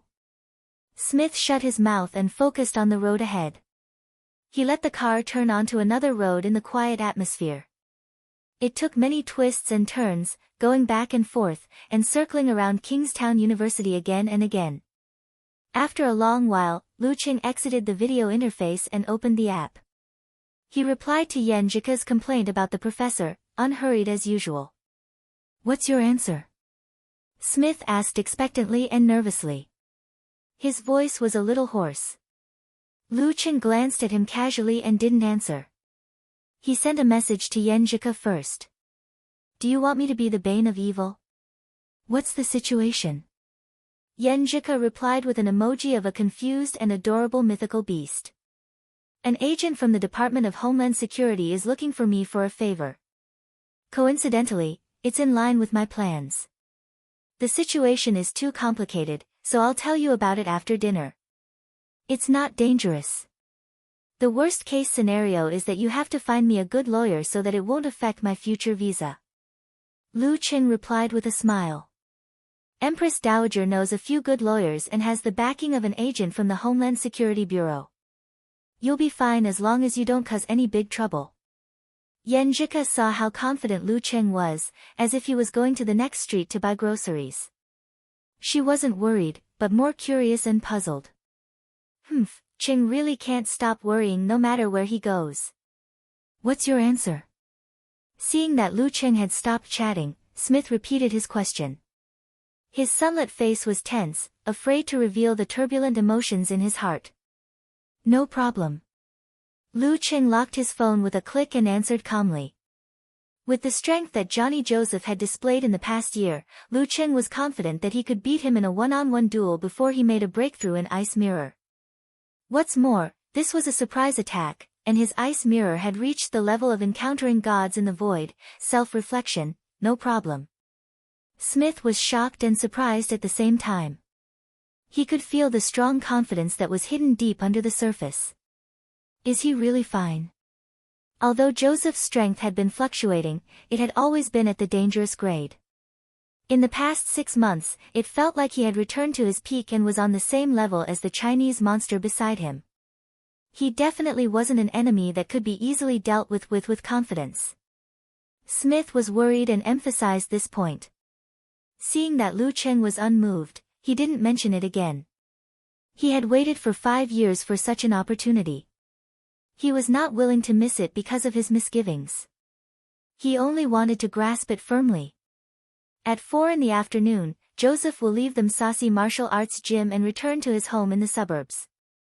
At that time, the students guarding his villa will leave, leaving him alone. I will use my authority to enter the system and cut off the connection between the police station and his alarm system. All the police and security officers patrolling the area will pass by his villa once every 28 to 35 minutes. He has scheduled an afternoon tea at 4:40. This is his habit. It's to replenish his energy from his free training in the afternoon. This is your chance, and this is our chance. Smith spoke one by one as he considered all the possibilities. To him, this matter had been on his mind day and night for 5 years. Lu Cheng listened quietly. His confidence in this matter had increased by another 10%. When he didn't understand a word, he would take the context into consideration and seek common ground. If it was really an obstacle to communication, he would ask Smith to repeat it, explain it, or provide key words for translation. As they conversed, Smith drove to another street and brought back a jacket often worn by delivery boys and a few empty lunchboxes. He also gave Lu Ching the baseball cap that his subordinates had left in the car. This was to prevent Johnny Joseph from remembering his face and reporting him in the future. This was exactly what Lu Ching wanted. This was exactly what Lu Ching wanted. Johnny Joseph wasn't a loner. He was one of the top 10 mighty ones in the entire Jaruga sect. He had teachers, students, and friends. If he left any traces behind, it would be troublesome. At 4:23, Johnny Joseph drove his Hummer back to the entrance of the villa. He happened to see the black giant Olsen driving a similarly exaggerated car. Beep! Beep! Beep! He pressed the horn to stop the car. What? Olsen stepped on the brakes and rubbed his bald head, revealing a mouthful of extremely white teeth. Joseph had a layer of light yellow hair. He stared at Olsen with his blue eyes and said in a cold tone, "Watch your mouth. I don't want to hear you make fun of me again." Olsen's skin was so dark that it was shiny, but his eyes were filled with anger. However, when he looked into Joseph's eyes, he saw that there seemed to be a storm and waves brewing in Joseph's deep blue eyes. He couldn't help but shiver. His emotions faded away, and he raised his arm to show that he already knew about the warning. He muttered, "I'm sorry, Joseph." "Seriously, you don't have a sense of humor." He released the brakes, stepped on the accelerator and drove to another villa. "Coward, coward." Joseph cursed under his breath, as if he couldn't wait to fight with Olsen on the spot. He was about 40 years old.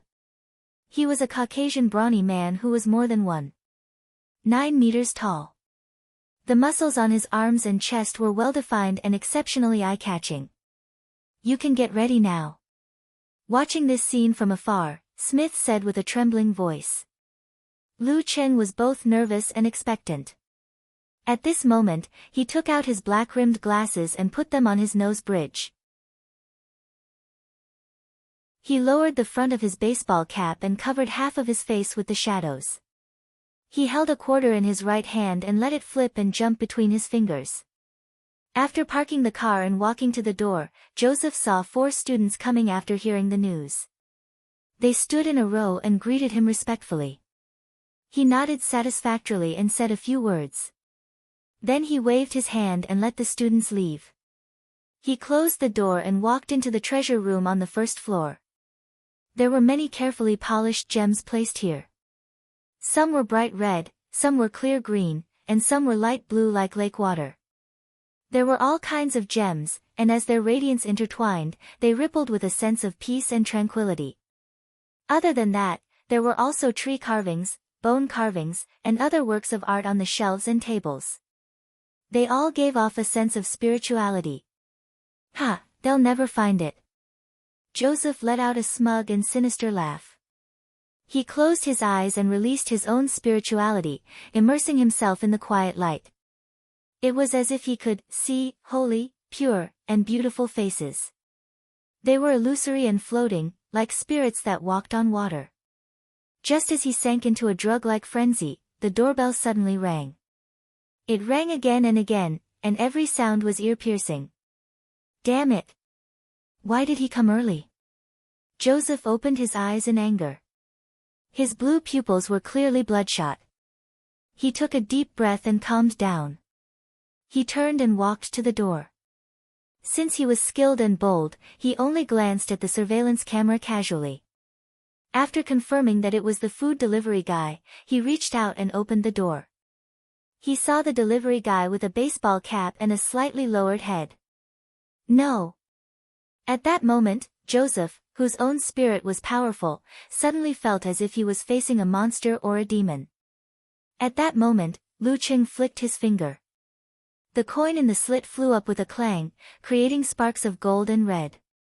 It distorted its shape and shot towards Joseph's face. In 12 minutes, the patrolling police would pass by this place. Boom!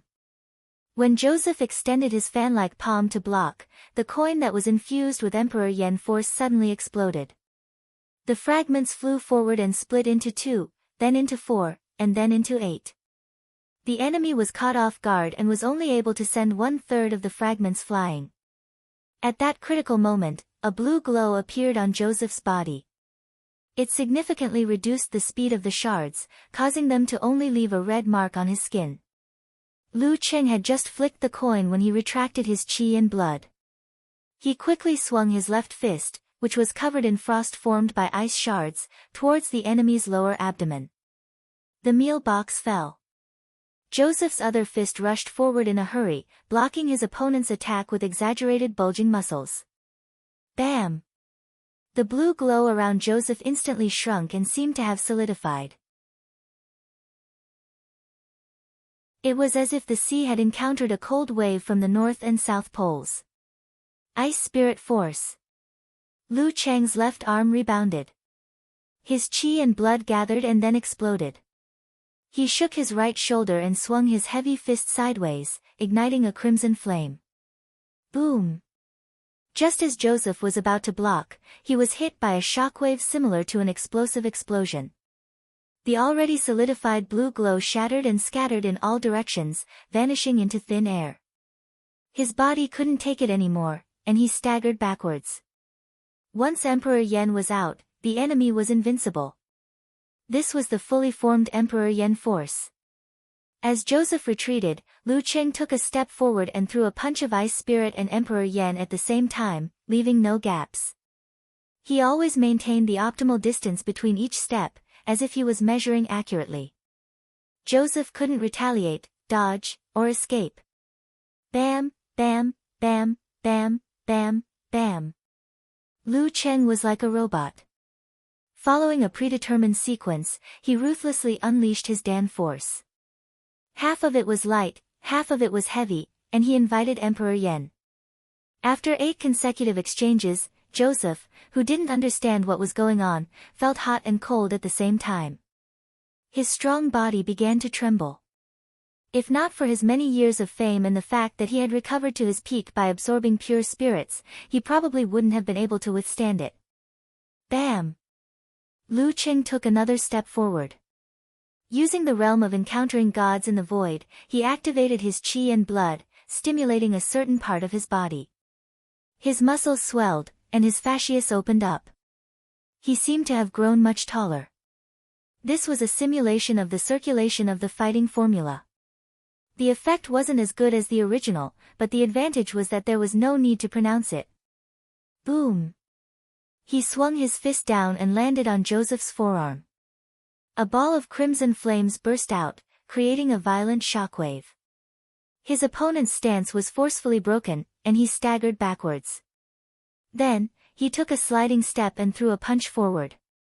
Joseph, who had not been able to use his strength, knew that he was in a desperate situation. He roared and awakened something hidden in the bottom of his heart. The scattered blue brilliance on the surface of his body shone again, and it was dyed with a dark red color that was close to black. Then, he splashed it at the enemy who was sliding and punching. Lu Cheng seemed to have been prepared for this. With a squeeze of his tailbone and a quick twist of his waist, he forcibly changed his direction and circled behind Joseph. The 19th move of the Ice Sect, Frost Devour. Whoosh! The dark red light splashed onto the ground, corroding a large pit. At the same time, Lu Cheng visualized, turned his waist and back, and swung his fist at the enemy, who couldn't dodge in time. His fist landed on the enemy's arm, which he hurriedly put up as a shield. Severe warning. With a muffled thud, the brilliance on Joseph's body completely froze and turned crystal clear. His eyes lost focus. Lu Cheng didn't hold back and struck again. His fist went up from his waist like a cannon and landed on his opponent's abdomen, triggering an internal explosion. Boom! Joseph's body jerked and blood flowed out from the corner of his mouth. He finally recovered from his frozen state. But before he could control his body, he was hit by Lu Cheng's severe warning again. His vision was completely unfocused, and he turned into an ice sculpture. Lu Cheng took half a step forward and slapped Joseph's left temple with his right hand, knocking him out. Throughout the whole process, Joseph, who was ambushed, didn't have a chance. His every move was reflected in Lu Cheng's ice mirror. Lu Cheng clapped his hands and shook off the ice crystals. He didn't leave any fingerprints. Then, he called Smith, who was waiting outside. "It's done," he reported concisely. There was silence on the other side. Only his breathing was getting heavier. "Lu seems to have just entered the door. P.S. It's Monday. I'm looking for a recommendation."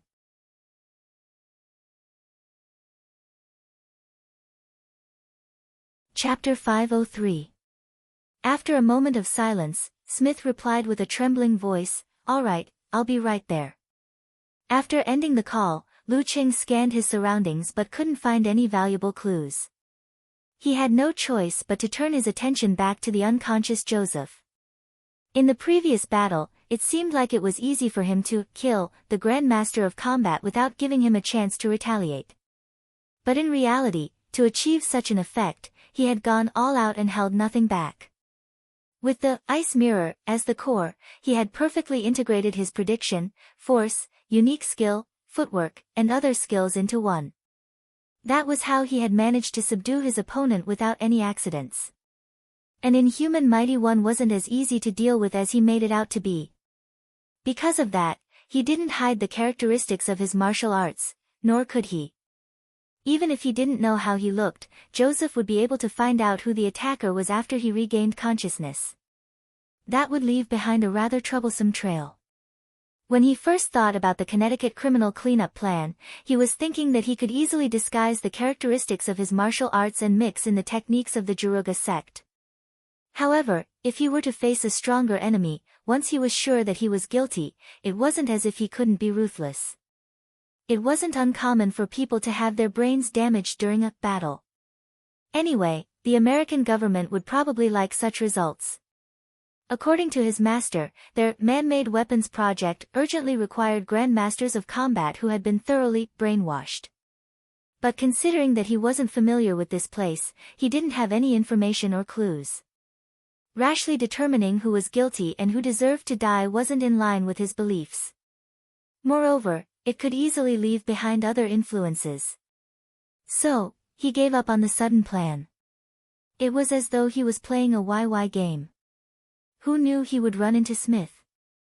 As agents, they should have more ways to deal with such situations. If it really doesn't work out, I'll do it myself. Step by step. As Lu Cheng's thoughts raced, Smith had already parked the car. He maintained interference with the alarm system, walked into the villa, picked up the dropped lunchbox, and closed the door.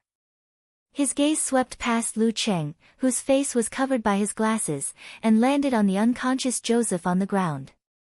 His facial muscles suddenly twitched, and veins appeared in his eyes. It was as though he couldn't wait to pounce on him and chew on his enemy's flesh. It's too fast. Sonny's father hasn't arrived yet. Let me do a preliminary search first. Smith was also an agent who had undergone years of training and evolved superpowers. He quickly calmed down. Lu Cheng nodded slightly and said in a low voice, "If you can't find any clues, I can help." With his perception abilities after breaking through the ice mirror, he might be able to see more than an experienced person and discover subtle clues. Through his communication with the Gem Fae and other evidence, he was almost certain that Joseph was the murderer. He was the butcher, who was the main source of the Connecticut girl's nightmares. That was why he was so certain. There were many superhumans and psychics in the United States. If there was any other evidence, the case would have been solved long ago. In other words, Joseph's villa was the key to the case. Smith believed that he could find something here, and so did Lu Cheng. "Okay, you can deal with the scene first." Smith took out the device and began to search from the first floor. He opened the door of the treasure room and cast most of his eyes on the shiny bone sculpture. However, due to the process of identification, he could not make a direct judgment. He could only knock on it to check and scrape off the debris. Lu Cheng, on the other hand, used pure fire force and ice force to give Joseph a few hits, destroying the remaining symptoms of Emperor Yen force and ice spirit force. He also cleaned up the traces of the battle in the living room to ensure that he did not miss any clues that belonged to him. After a few minutes, when Smith was feeling a little impatient because he could not find any evidence, the doorbell rang. Lu Cheng narrowed his eyes. His hair stood on end as he prepared himself for action. Smith came out of the treasure room and waved his hand. "It's Sunny's father. We have to hurry. The delivery guy will be here in 10 minutes. As he spoke, he walked to the door and took a look at the surveillance camera. He unsealed the door and let in a middle-aged man with gray hair and sagging cheeks. Cole. Lu Cheng was stunned. He muttered to himself. Isn't this the same Cole who followed Joseph's student, Lin Dello, to practice the Jaruga technique? In the morning, I was still surprised that he did not become a combat apprentice despite being a professional ninth pin fighter. He seemed to have to awaken his own spirit before he could make the promotion. From the looks of it, he has other plans. As soon as Cole stepped in, his eyes were attracted to Joseph on the floor. His tightly shut mouth made the sound of grinding teeth. The flesh on his sagging cheeks trembled. His gaze was filled with hatred, violence, and madness.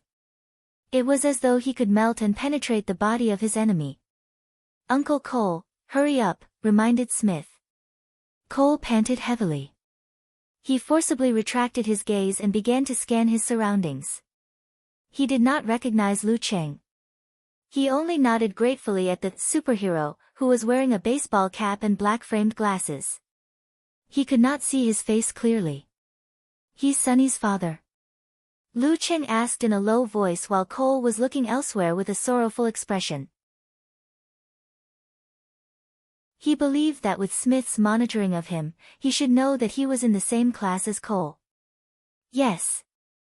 Uncle Cole wants to become Joseph's student so he can guard this place, answered Smith with a gloomy and pained expression. Isn't he afraid of being discovered? Asked Lu Cheng, puzzled. For a devil who has killed at least 40 innocent girls, how can he remember their many relatives? Uncle Cole divorced Sunny's mother a long time ago. He only comes to visit her a few times a year, said Smith after a moment of silence. He regrets his choice back then. While the two of them were talking, Cole seemed to have been summoned by something and heard a voice. A layer of mist appeared in his gray eyes.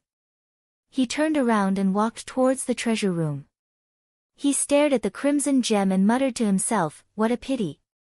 Sunny, is that you? Sunny, is that you? He extended his right hand and touched the surface of the gemstone with trembling hands. Suddenly, the gemstone lit up as though it had been illuminated by a strong light. Patches of crimson jumped out from the gemstone and caressed Cole's cheeks. Sunny! Sunny! Cole shouted in a low voice.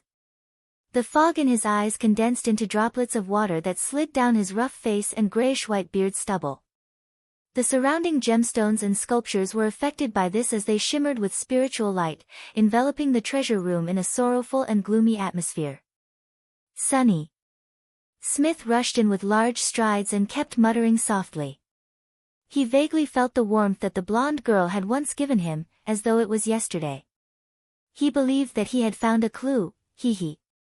Stimulated by the spirituality, the unconscious Joseph's eyes moved as he slowly woke up. He heard Sunny again and again and felt the signs of the spiritual object's radiance going out of control. I've been discovered, he said wistfully. Why? Why? Smith turned around abruptly and rushed to Joseph's side. He shouted, why did you kill Sunny? Sunny? Joseph clearly didn't remember who Sunny was. Perhaps he never knew the names of those innocent girls. After a short pause, he smiled without any hint of remorse. Because they are pure and holy spirits. Cole held the bright red gem in his hand, and his pupils reflected a crimson color. He shouted sorrowfully, where's her body? Joseph revealed an intoxicated expression.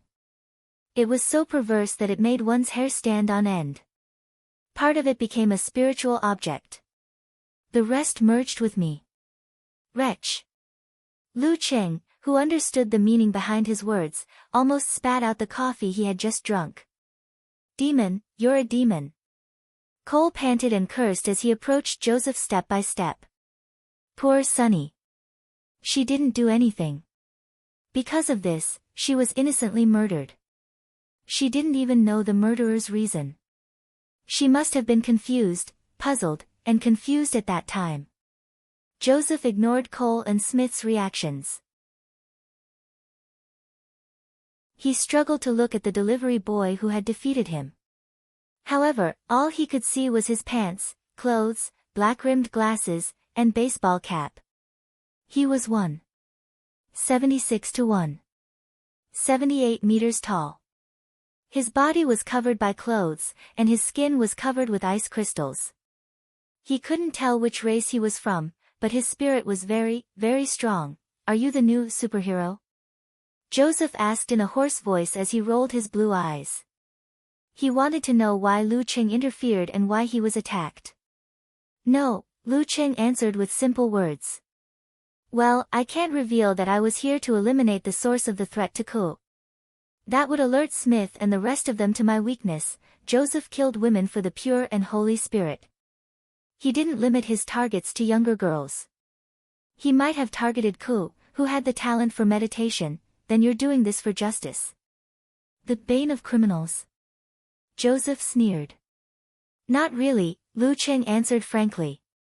Joseph was stunned for a moment. He blurted out, then why are you here? Why are you targeting me?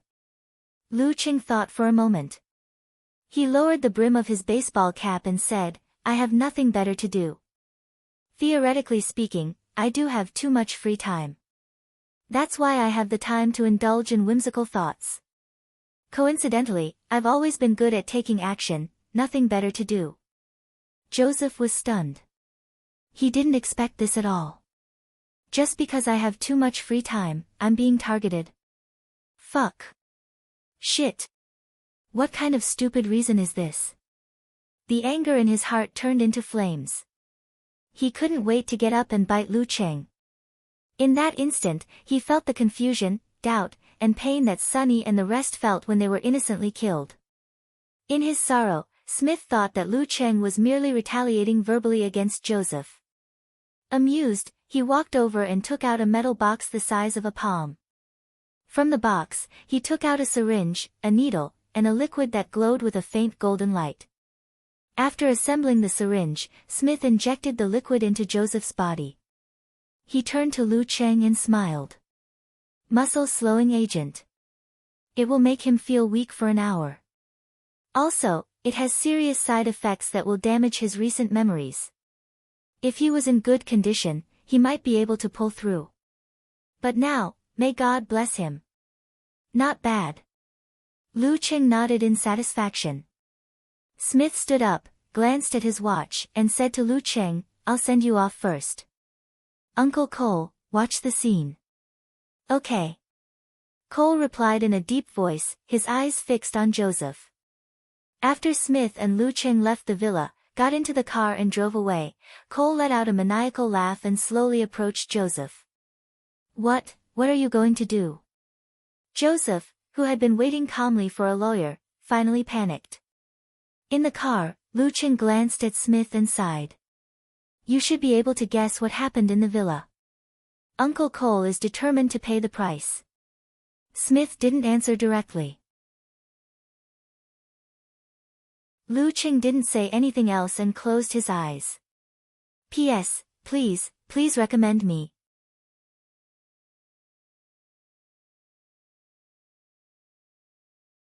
Chapter 504. Near Connecticut University, Smith stopped the car by the roadside and turned to Lu Cheng. I have to go back as soon as possible to settle the remaining matters. Don't worry, there won't be any surveillance footage left behind. Okay. Lu Cheng nodded, unbuckled his seatbelt and got out of the car. He had taken 2 steps when he heard Harding call out, Hey! Lu! What? Lu Cheng looked back and saw that Smith had already rolled down the car window, leaned over and stuck his head out. His eyes were pained but sincere. His voice was low and slow as he said, "Thank you." Lu Cheng smiled and shook his head. Without saying anything, he turned around and walked towards the school gate that he was used to going in and out of. With the appearance of the butcher and his revenge, Smith could finally vent the pain and suffering that had accumulated over the past 5 years. Lu Cheng had already taken off his black-rimmed glasses and returned to his usual appearance. He went to the supermarket and bought a bottle of water. He was so bored that he first chilled it and then heated it again until Yenjika's lessons were over and she was about to leave school. Throughout this process, he wasn't as bored as he appeared to be. He had been seriously summarizing his experience in the battle with Joseph. Although he had obtained an overwhelming advantage in this battle, chaining his opponent to the point of death, and was unable to unleash the various miraculous and tyrannical aspects of the Jaruga sect, he could look at it from a different perspective. For example, if he were to be ambushed and fall into a passive state, how would he turn the situation around and break out of his predicament? For example, if Joseph were to change his response to a certain choice, would it have been better for him? If that was the case, how should he continue to exert sufficient pressure? A lost battle required contemplation, but so did a victorious battle. And this was the first battle after Lu Cheng's breakthrough with the ice mirror. With it as the core of the battle, there was still much to be summarized. Holding a bottle of mineral water with ice cubes floating in his hand, Lu Cheng stood at the school gate of Connecticut University, waiting for Ku and Aunt Du to come out. At this moment, Huang Shiwen, with her chubby cheeks and gorgeous face, was chatting and laughing with a few girls she was close with as they rushed towards the school gate. They were going to have a wild party tonight. As her gaze wandered, Huang Shiwen suddenly saw a familiar figure and couldn't help but tremble. He was the man of the hour in Songqing University. The news of him and Lin Ke winning the national championship was still a hot topic in the school forum. More importantly, he was Yenjika's boyfriend. Lu Cheng. Why is he here? Huang Shiwen looked at the well-defined, masculine face with a hint of gentleness. Her heart felt as if it had sunk into an ice cave, enduring the cold of dozens of degrees below zero. He hasn't broken up with Yenjika. Did Yenjika badmouth me in front of him? Will he hit me? Is it too late to call the police now? I heard that people who practice martial arts are impulsive. Huang Shiwen's thoughts surged, and all of them deviated in a bad direction. The more she thought about it, the more scared she became. With Lu Cheng's rumored strength, even if the police arrived, they wouldn't be able to stop him. Ask Will for help. He was the apprentice of the senior martial artist Joseph's student. Even though he definitely wouldn't be able to defeat Lu Cheng, he could use Mr. Joseph's name to scare him off. What am I thinking? I haven't done anything bad to Yenjika, and I've been inviting her to parties out of kindness to broaden her social circle. I have a clear conscience. Moreover, she was indeed very introverted, very antisocial, and very unsociable at Kingstown University. She also dressed like an old aunt. I wasn't wrong. I'm not afraid of Lu Cheng. Lu Cheng gazed at the entrance, his gaze sweeping past many figures as he searched for his little fairy. Suddenly, he saw an Asian girl. Judging from her appearance, she should be Chinese. Huang Shiwen's calves suddenly trembled under his gaze. Beads of cold sweat formed on her forehead, and the back of her gauze skirt showed signs of being soaked. Lola, what's wrong? A girl beside her shouted the American name Huang Shiwen gave herself. I. Huang Shiwen couldn't form a sound. She anxiously tugged at her classmate, indicating that she wanted to take a detour to go home. There are quite a lot of fellow countrymen here. Lu Cheng thought casually. His eyes suddenly lit up, reflecting Yenjika's figure. Through her tied-up hair and big black-framed glasses, he saw her inner beauty. He smiled and walked up to her. He heard someone shouting, Lola. It seemed that the Chinese girl just now had fainted. There are quite a lot of kind-hearted people. I won't make a red scarf.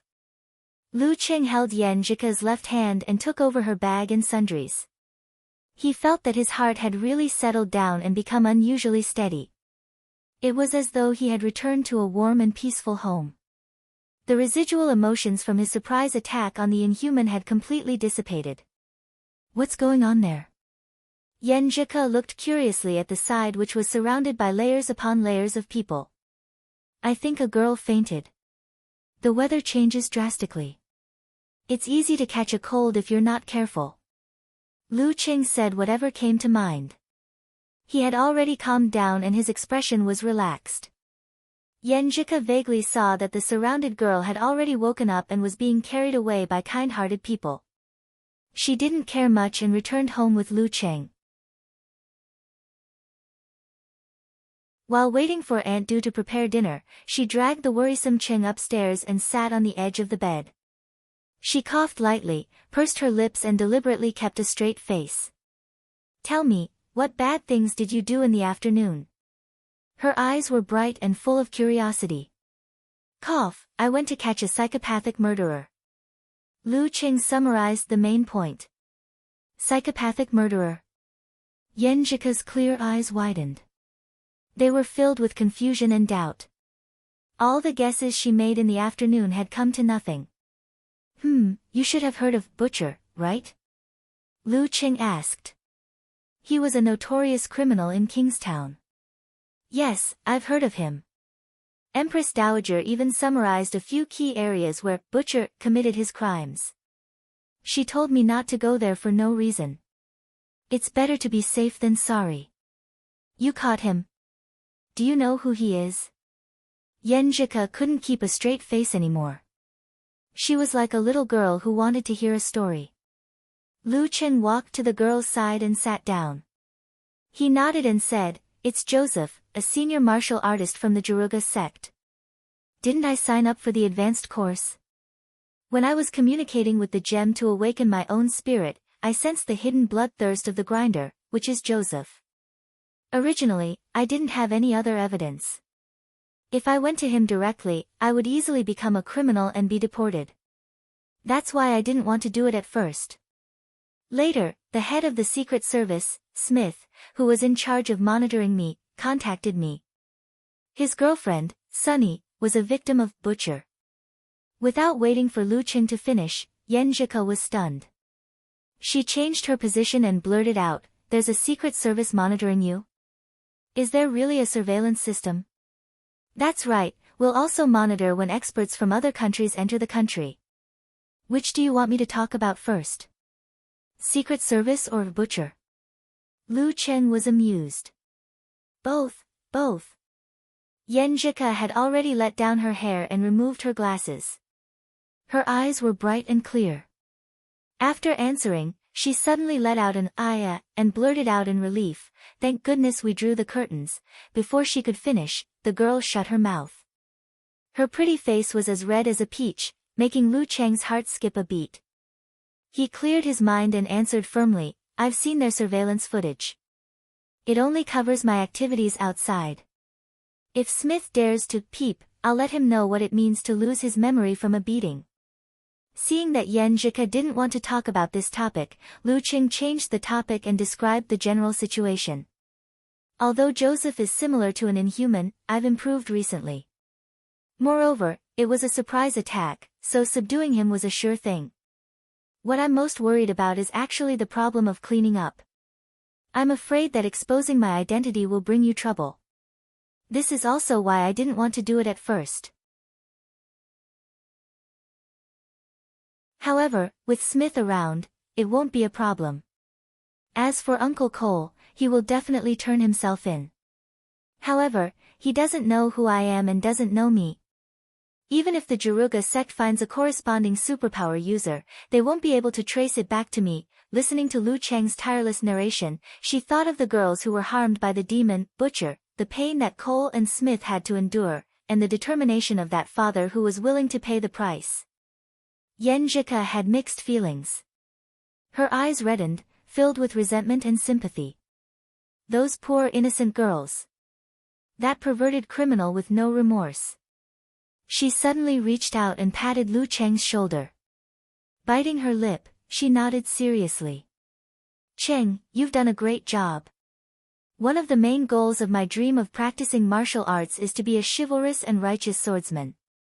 You've fulfilled all my expectations in this regard. As she spoke, her voice gradually softened. However, she couldn't help but remind him at the end, if the bad guy is stronger than you, just leave him alone for now. I'm not stupid. Lu Qing laughed. Then, he corrected the girl's perception of him. Actually, I didn't look for Joseph because I hate evil and want to be a chivalrous person. This is only a small part of the reason. Then what is it? Yenjika blinked blankly. She couldn't think of a second reason. Lu Qing cleared his throat and said smugly, Joseph's target is Joseph. Joseph's target is a girl with a pure and holy spirit. Although the possibility isn't high, I'm still afraid that he'll set his sights on you one day. Therefore, we have to take precautions and eliminate this hidden danger. He described the Connecticut criminal cleanup plan that he came up with blindly. Yenjika was stunned at first. Then, she gradually calmed down. She pursed her lips and stared at Lu Qing with rippling eyes. When Lu Qing finished, she moved her arms and said in amusement, You're really, she couldn't come up with a reason. She pretended to be wronged and looked at Lu Qing with bright eyes. She bit her lower lip and said, I've been impure for a long time. I've been tainted by you. Haha, it's normal for married girls to be tainted. Lu Qing laughed softly. Yenjika narrowed her eyes and picked up her phone.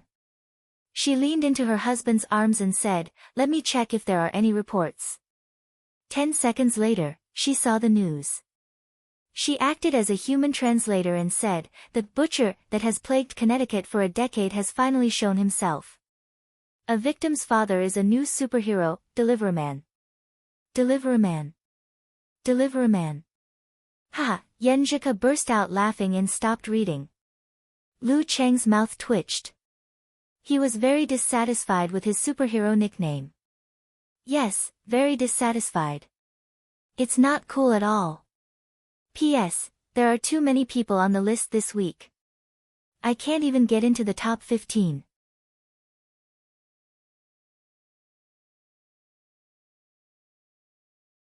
Chapter 505.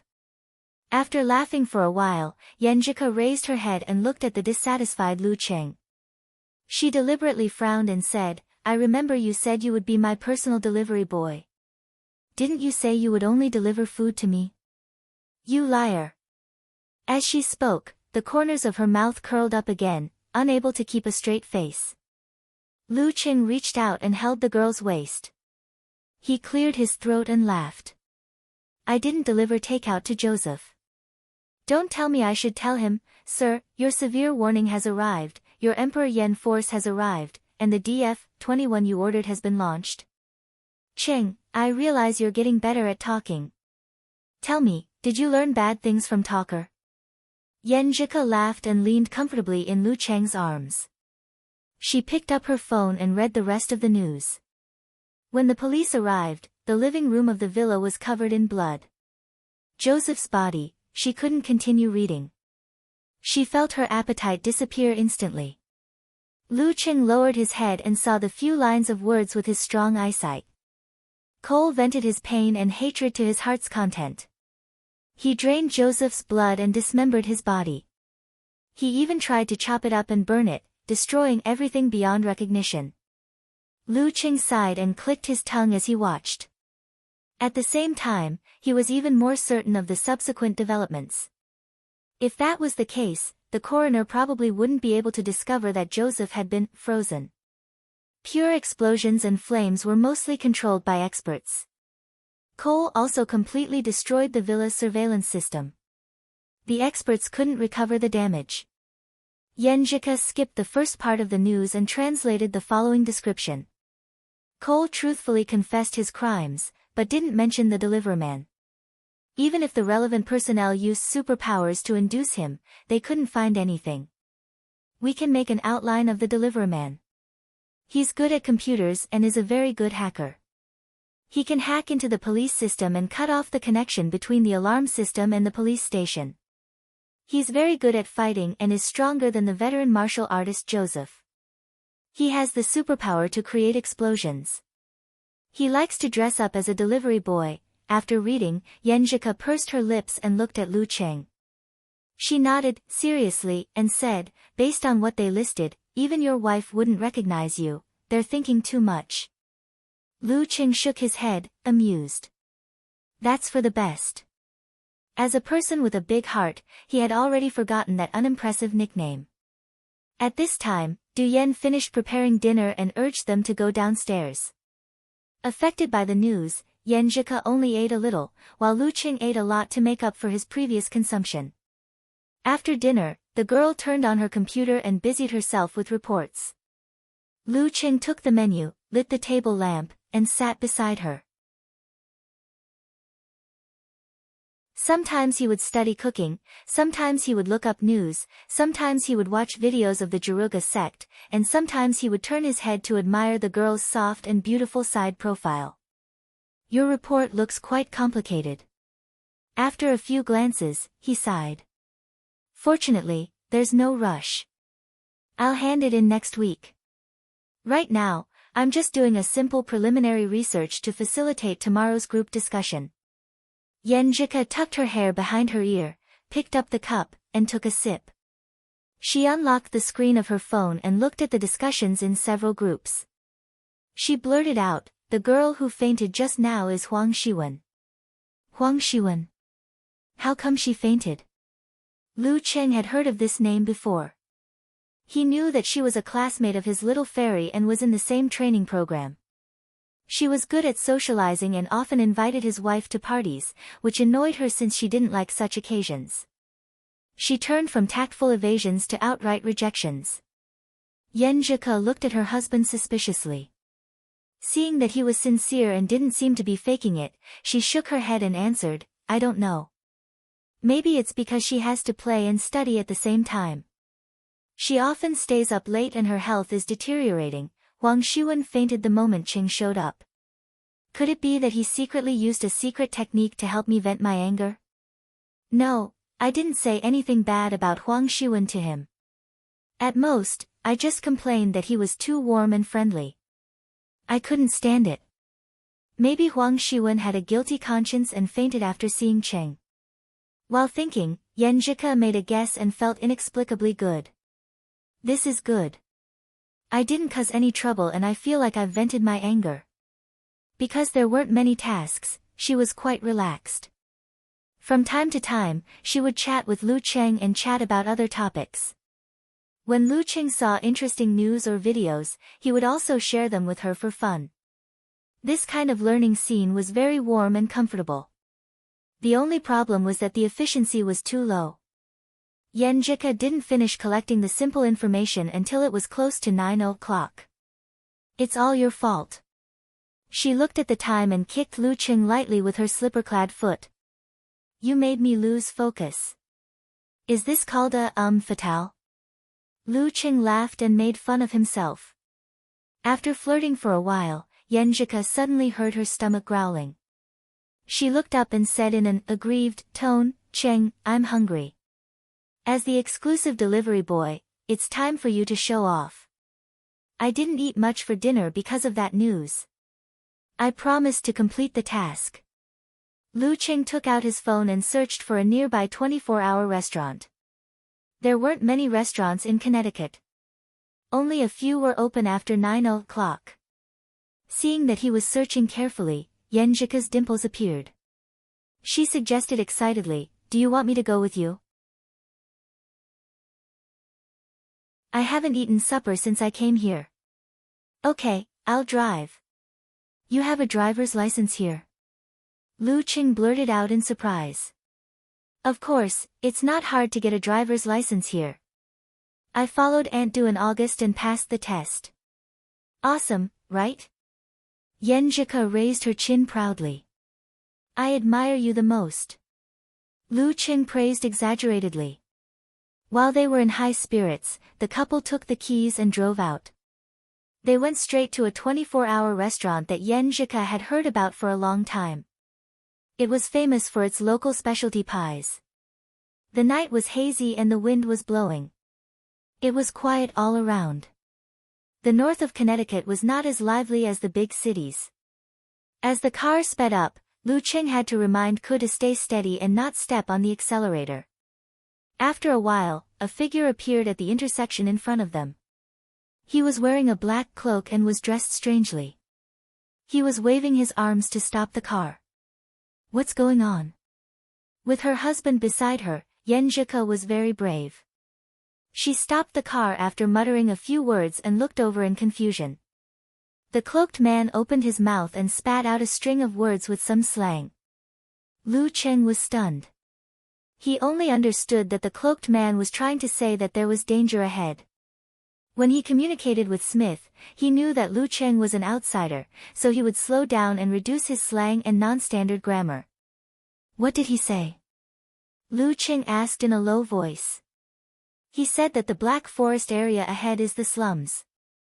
The security there is very bad. Robberies are common. Try not to go there during the day. It's more dangerous at night. He suggested that we take a detour. Yenjike translated dutifully and expressed her opinion. Although the surveillance network in America is very mature, due to various reasons, it's only limited to certain streets. For example, in the lower levels of the city, most of the devices are broken, and most of them are in disrepair. After pausing for a second, she glanced at Lu Qing and whispered, I have the superhero, the deliverman, to protect me. I'm not afraid of bad security. After that, the couple looked at each other and smiled.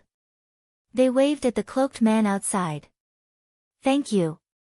Then, Yenjike turned on the turn signal and drove to another road. I can't let their good intentions go to waste. The cloaked man nodded in satisfaction as he watched them drive away. He felt a sense of accomplishment. Oh yeah, why is he waiting there to remind people? Lu Qing muttered after a few seconds. Yenjike said with a smile, he said that he was a superhero. Although he was not strong and was not recognized by everyone, he always wanted to do something good within his power.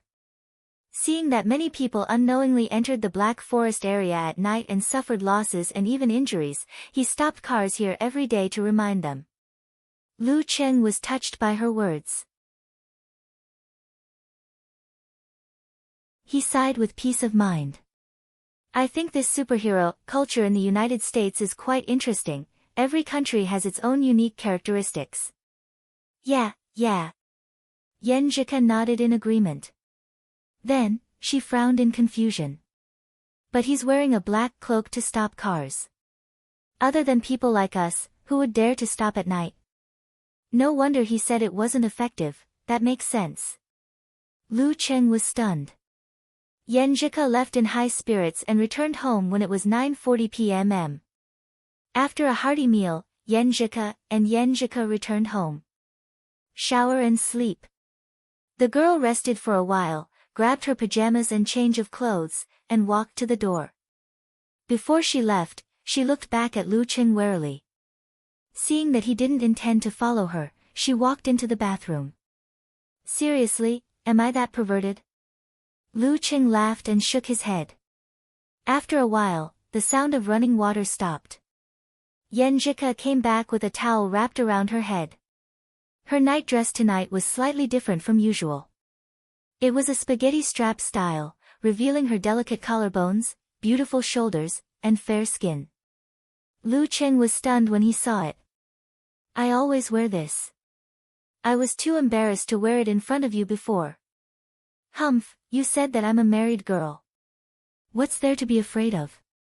Yenjike forced herself to explain. Her cheeks were flushed because she had just taken a bath. It looks good. Lu Qing didn't answer her question.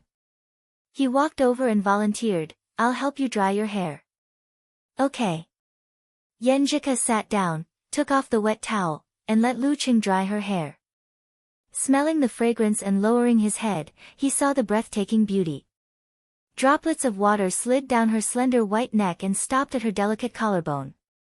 Lu Qing couldn't hold himself back no matter how hard he tried. When her hair was only half dry, he kissed her. The girl moaned and softened in his arms. The room was full of romantic scenes. Going to bed on time became an extravagant hope. After a while, Lu Qing lay down with satisfaction and hugged Yan Jika's trembling body. Applying what I've learned is pretty good, he thought with a smile. Yan Jika paused for a few seconds, gritted her teeth, and wrote 3 words on Lu Cheng's chest. Big, pervert. With Lu Cheng's control of his body, he could easily recognize it. He read it out with a smile. Yan Jika rolled her eyes at him and started writing again. Big hooligan. Lu Qing read it out proudly. Yan Jika pursed her lips and moved her fingers again to write. Big idiot. Big idiot. Big hero, huh? Lu Qing read them one by one and turned his head to look at the girl.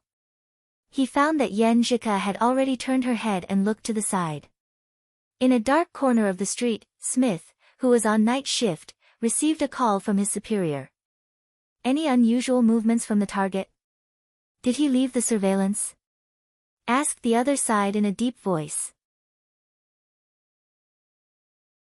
Joseph was defeated by a new superhero. Every dangerous person in Connecticut was a suspect and had to be questioned.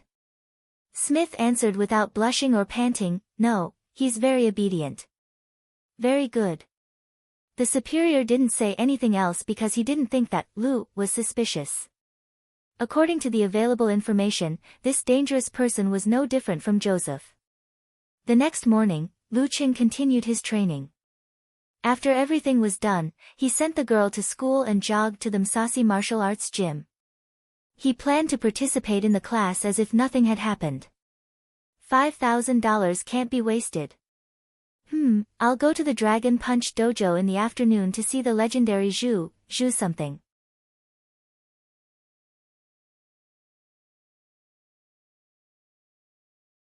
Chapter 506. On a Wednesday morning, the wind in Connecticut was mild and pleasant. Lu Qing jogged through the streets, occasionally looking up at the web-like surveillance cameras. He knew that Smith and the other agents were monitoring him. However, he could detect the devices and whether the cameras were aimed at him, but he couldn't determine whether they were aimed at him or not. It was even more impossible for him to detect where Smith and the rest were hiding. This was the difference between martial arts and modern technology. Nothing in this world is omnipotent. Too bad I wanted to knock on their car window and say hello to give them a scare. Lu Qing couldn't help but think mischievously. On the next street, Smith, who had changed his car, was drinking coffee and munching on a burger. Beside him, his subordinate was focused on the surveillance screen. After watching for a while, a young man with thin, blonde hair smiled casually. Boss, the target looked at the famous criminals and cases in Connecticut yesterday afternoon. The butcher was taken down in the afternoon. If you hadn't been keeping an eye on him, I would have suspected that he was the deliver man. He went to challenge Joseph and let Cole take advantage of him. He had wanted to imitate Smith's use of cut and spar, but he couldn't remember the weird pronunciation. Smith calmly finished the rest of his coffee and replied with a smile, from the data of the target in the past month, he might be able to defeat Joseph, but he won't be able to subdue him. He won't even be able to cause significant damage to him. I think so too. The young man stroked his thin hair and muttered casually, I heard that there's a powerful hair tonic in China. Smith took the opportunity to change the topic. He didn't look guilty at all. He had hacked into a company last night and optimized the search results. When searching for information about the victim, Sunny, her boyfriend was placed at the very end of the search results. The corresponding photo was also altered and deleted. It had been 5 years, and most people's memories of this had faded. It was difficult for them to remember such an insignificant figure in the case. As long as the relationship between Smith and Sunny wasn't discovered, there wouldn't be any problems. The things I've worked hard to learn over the past 5 years have finally come in handy. Smith crumpled the food packaging into a ball, rolled down the car window, and threw it from afar, accurately sending it into the trash can. The entire process was escorted by a thread. The moment Lu Qing stepped into the Msasi martial arts gym, he could feel a stifling atmosphere. The instructors and students walking in and out of the gym either kept a straight face, remained silent, or whispered in each other's ears. After a few steps, just as he was about to turn the corner, he suddenly saw Olsen, the 2-meter-tall giant that he had met the day before. Olsen was approaching him. His skin was so dark that it was shiny. His scalp was smooth without any hair. His expression was solemn and dignified. "Hey, little boy, I heard that your fighting skills are pretty good?" Olsen suddenly opened his mouth, revealing 2 rows of white teeth. His smile was not forced at all. Before Lu Qing could answer, another coach passed by. Olsen instantly shut his mouth and put on a solemn and sorrowful expression. "That's the legendary face-changing special skill. Looks like I'm not on good terms with Joseph." Lu Qing shook his head in amusement as he watched Olsen brush past him. He picked up his phone and shared the news with Ko. Immediately after, he turned into the exclusive training ground and saw the red-eyed girl, Athaway, and the other students. There was no doubt that Cole had not come. After the few of them greeted each other, a Caucasian student rushed over. He asked in shock and doubt, "What happened? Why is there a demonstration outside and blocking the main entrance?" "Jack, didn't you watch the news?" Athaway blurted out in shock. "So, did I miss something?" Jack spread his hands blankly. "I was at a party last night and partied till midnight. I came here after waking up. Mr. Joseph, no, Johnny Joseph has been proven to be the butcher. He died because of Cole's revenge." Another male student explained quickly. Lu Qing almost didn't understand. Luckily, he could guess what the other person was trying to say. That was why he could barely make sense of it. Jack's mouth was wide open. After a while, he scratched his head and said, "Are you kidding me? How could Mr. Joseph be the butcher? Even if he was, Cole, 10 Coles wouldn't be able to kill him." "That's because there's a new superhero, the Deliverman, helping him," Hathaway answered with fear and respect. Who would have thought that the usually dignified and powerful martial artist Joseph was actually the devil hiding around us? Luckily, we didn't have much contact with him. Luckily, the Deliverman upheld justice and exposed the butcher's mask.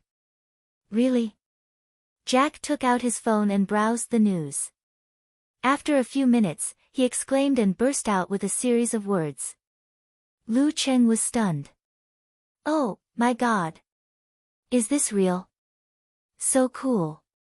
After expressing his emotions intensely, Jack pointed outside and said, "So, that's a protest against Joseph?" "No, they're calling for a boycott of the Jaruga sect. It's organized by the mission. They say that all things have spirit is the path of the devil and will make people degenerate like Joseph." Hathaway said worriedly. She was worried that the Msasi martial arts arena would be affected. "We're not the weird guys from the Kagri sect. Our focus is on fighting." The Jaruga sect is covered in dirty water. They can't even take care of themselves. I'm relieved." Lu Qing smiled as he listened. The conflict between the mission sect and the nature sect runs deep. Will the Jaruga sect suspect that the Deliverman is the mission's doing? If that's the case, the Jaruga sect and the Msasi martial arts arena will have to cut ties with Joseph. At least on the surface, no one will investigate this matter. The few students chatted worriedly for a while. A female coach with short blonde hair came over and said in a deep voice, "Lin Luodong will cooperate with the investigation. I hope he's not involved in any of the butcher's past cases. I'll be in charge of your lessons for the next few days. You can call me Madam Annie." She's calling him the butcher directly. That's a quick cut. Lu Qing sighed to himself. He began practicing his fighting techniques with Annie. During sparring, he controlled his body with the ice mirror and restrained his instinctive moves. He purely used boxing, wrestling, and jiu-jitsu. This gave him a different kind of experience.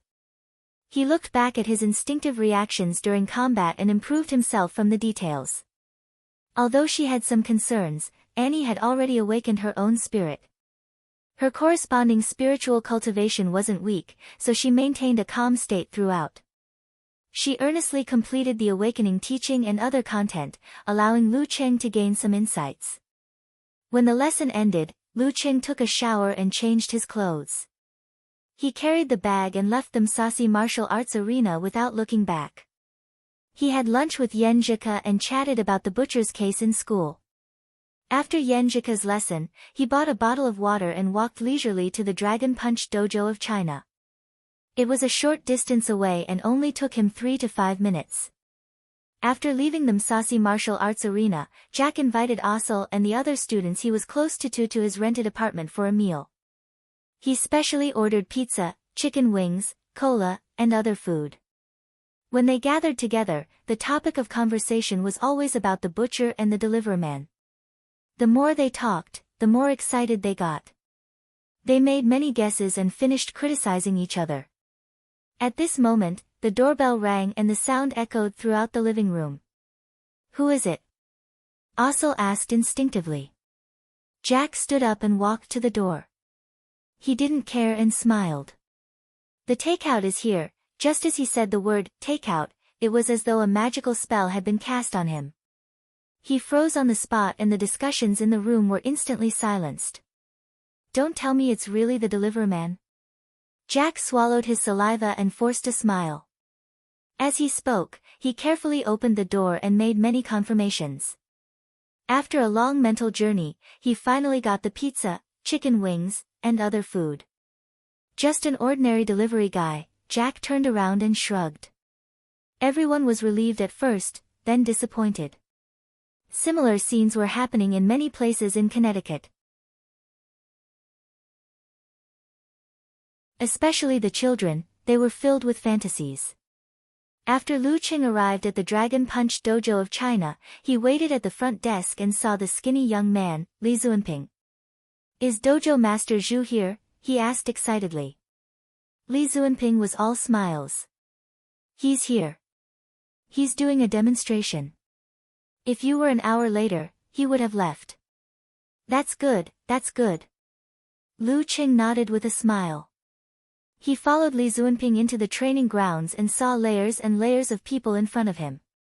There were white, black, yellow, and brown people. "Watch carefully. If you sign up, there will be many more opportunities like this." Li Zuanping extended his hand from behind and tried to pat Lu Qing on the shoulder. However, Lu Qing happened to take a step diagonally, causing his hand to miss. At this moment, Lu Qing pulled his fascia and shook his muscles. Anyone who came into contact with him felt as though they had touched a loach. They slid half a step away without realizing it, allowing him to easily squeeze to the front. In the middle of the training grounds, a Chinese man in his 50s was slowly practicing the routine. His punches and kicks were natural and seemed to have some foundation. Of course, this foundation was only relative. Lu Qing was stunned. He couldn't believe that this was the legendary dojo master Zhu. Very average. Zhu Hong's hair had turned a little white, showing the vicissitudes of life. He was quite good-looking and had the temperament of a grandmaster. After practicing for a while, he settled his feet and got into a stance. 6 students came out to push him. Before Lu Qing could react, 4 muscular men had already entered the training grounds. There were white and black people. Then, 2 excited students joined the team. They lined up in a row as though they were participating in a tug-of-war competition. The latter pushed the former, and in the end, they pushed Zhu Hong's palms. Yaya. The 6 men used all their strength but still couldn't push the skinny dojo master. This attracted the excited cheers of the other students. Lu Qing, on the other hand, was at a loss with his mouth half open. From the changes in his waist, abdomen, and legs, only the 2 at the end had exerted their strength. Not only did the other 4 not help, but they even slowed him down and offset his strength. Are they F***king liars? The corner of Lu Cheng's mouth twitched.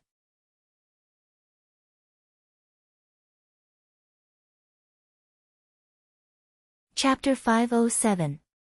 After watching for a while, Lu Cheng was both annoyed and amused. He wasn't in the mood to waste any more time. If one were to say that Gym Master Zhu was a complete liar, that wouldn't be the case. He obviously had a decent foundation in martial arts. Back in the day, he was probably only a piece of paper away from the Danqi realm. However, due to his advancing age, he no longer had any hope of making a breakthrough.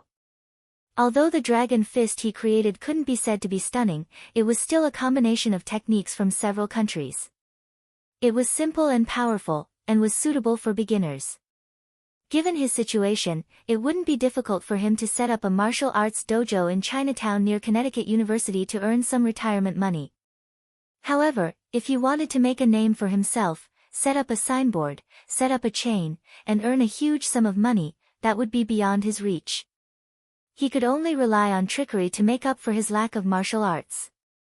He could only rely on exaggerated performances to win over those who shared the same roots or the local masses who yearned for the mysterious martial arts of China. From a practical point of view, Dojo Master Zhu was a great success, gaining both fame and fortune. On one hand, it was because he was very rational and clear-headed. He never had any conflicts with the local tyrants like the Jiruga sect, nor did he try to snatch their resources. He only took in those who were eliminated. On the other hand, normal challengers couldn't do anything to him. Moreover, there were also strong and sturdy disciples who had received the true teachings to take care of him. On the other hand, whether one could master martial arts or not depended on one's master. Even if a student failed, there would be plenty of reasons to explain it. No one would find fault because of this. Just like the Msasi martial arts gym, there were also a large number of failures. Gently shaking his head, Lu Cheng seized the opportunity when the performing student's center of gravity changed when the crowd's cheers reached its climax. He drew in his qi and blood and channeled it into his left leg, causing it to swell and thicken. Lu Cheng stomped on the ground and flipped forward. Suddenly, the arena shook and trembled. The tall white man standing in front of Zhu Hong lost his balance and fell, leaning towards Dojo Master Zhu like Mount Tai. Zhu Hong's expression changed. He pushed his feet inward, twisted his knees, swung his hips, and braced his arms to withstand the fall. However, the students behind him were like falling dominoes, stacking on top of each other. Finally, he couldn't take it anymore. His center of gravity wobbled, and his body leaned backwards. He staggered a few steps back and sat on the ground.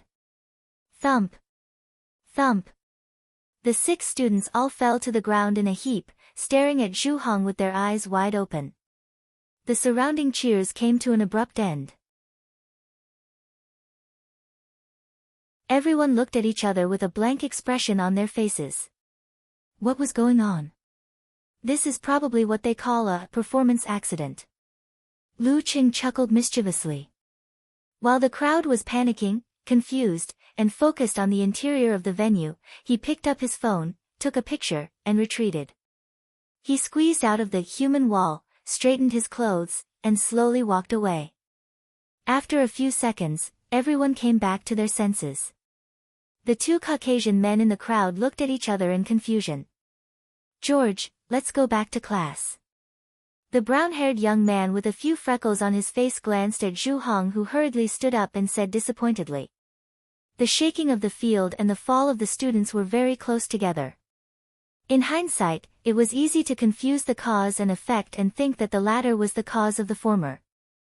The blonde youth with thick arms and a clear devil tattoo sighed and answered, "That's right." Good. Sigh, even in Cathay, there aren't many people as powerful as Peng Helu. Not to mention those who were willing to come to a foreign land. After leaving the Dragon Punch dojo, Lu Cheng strolled around the nearby streets aimlessly. He shared the incident with Yen Zhika along with the picture. Poor Dojo Master Zhu. He must be drawing circles and asking who I offended. He will most likely suspect that it's an old enemy or a competitor from the dojo. He definitely won't think that it's some guy who has nothing better to do, said Yen Zhika. It's hard to say if he'll realize that someone is messing with him. Maybe he'll think that it's a performance accident. Lu Qing put quotation marks around the word performance. I'm thinking.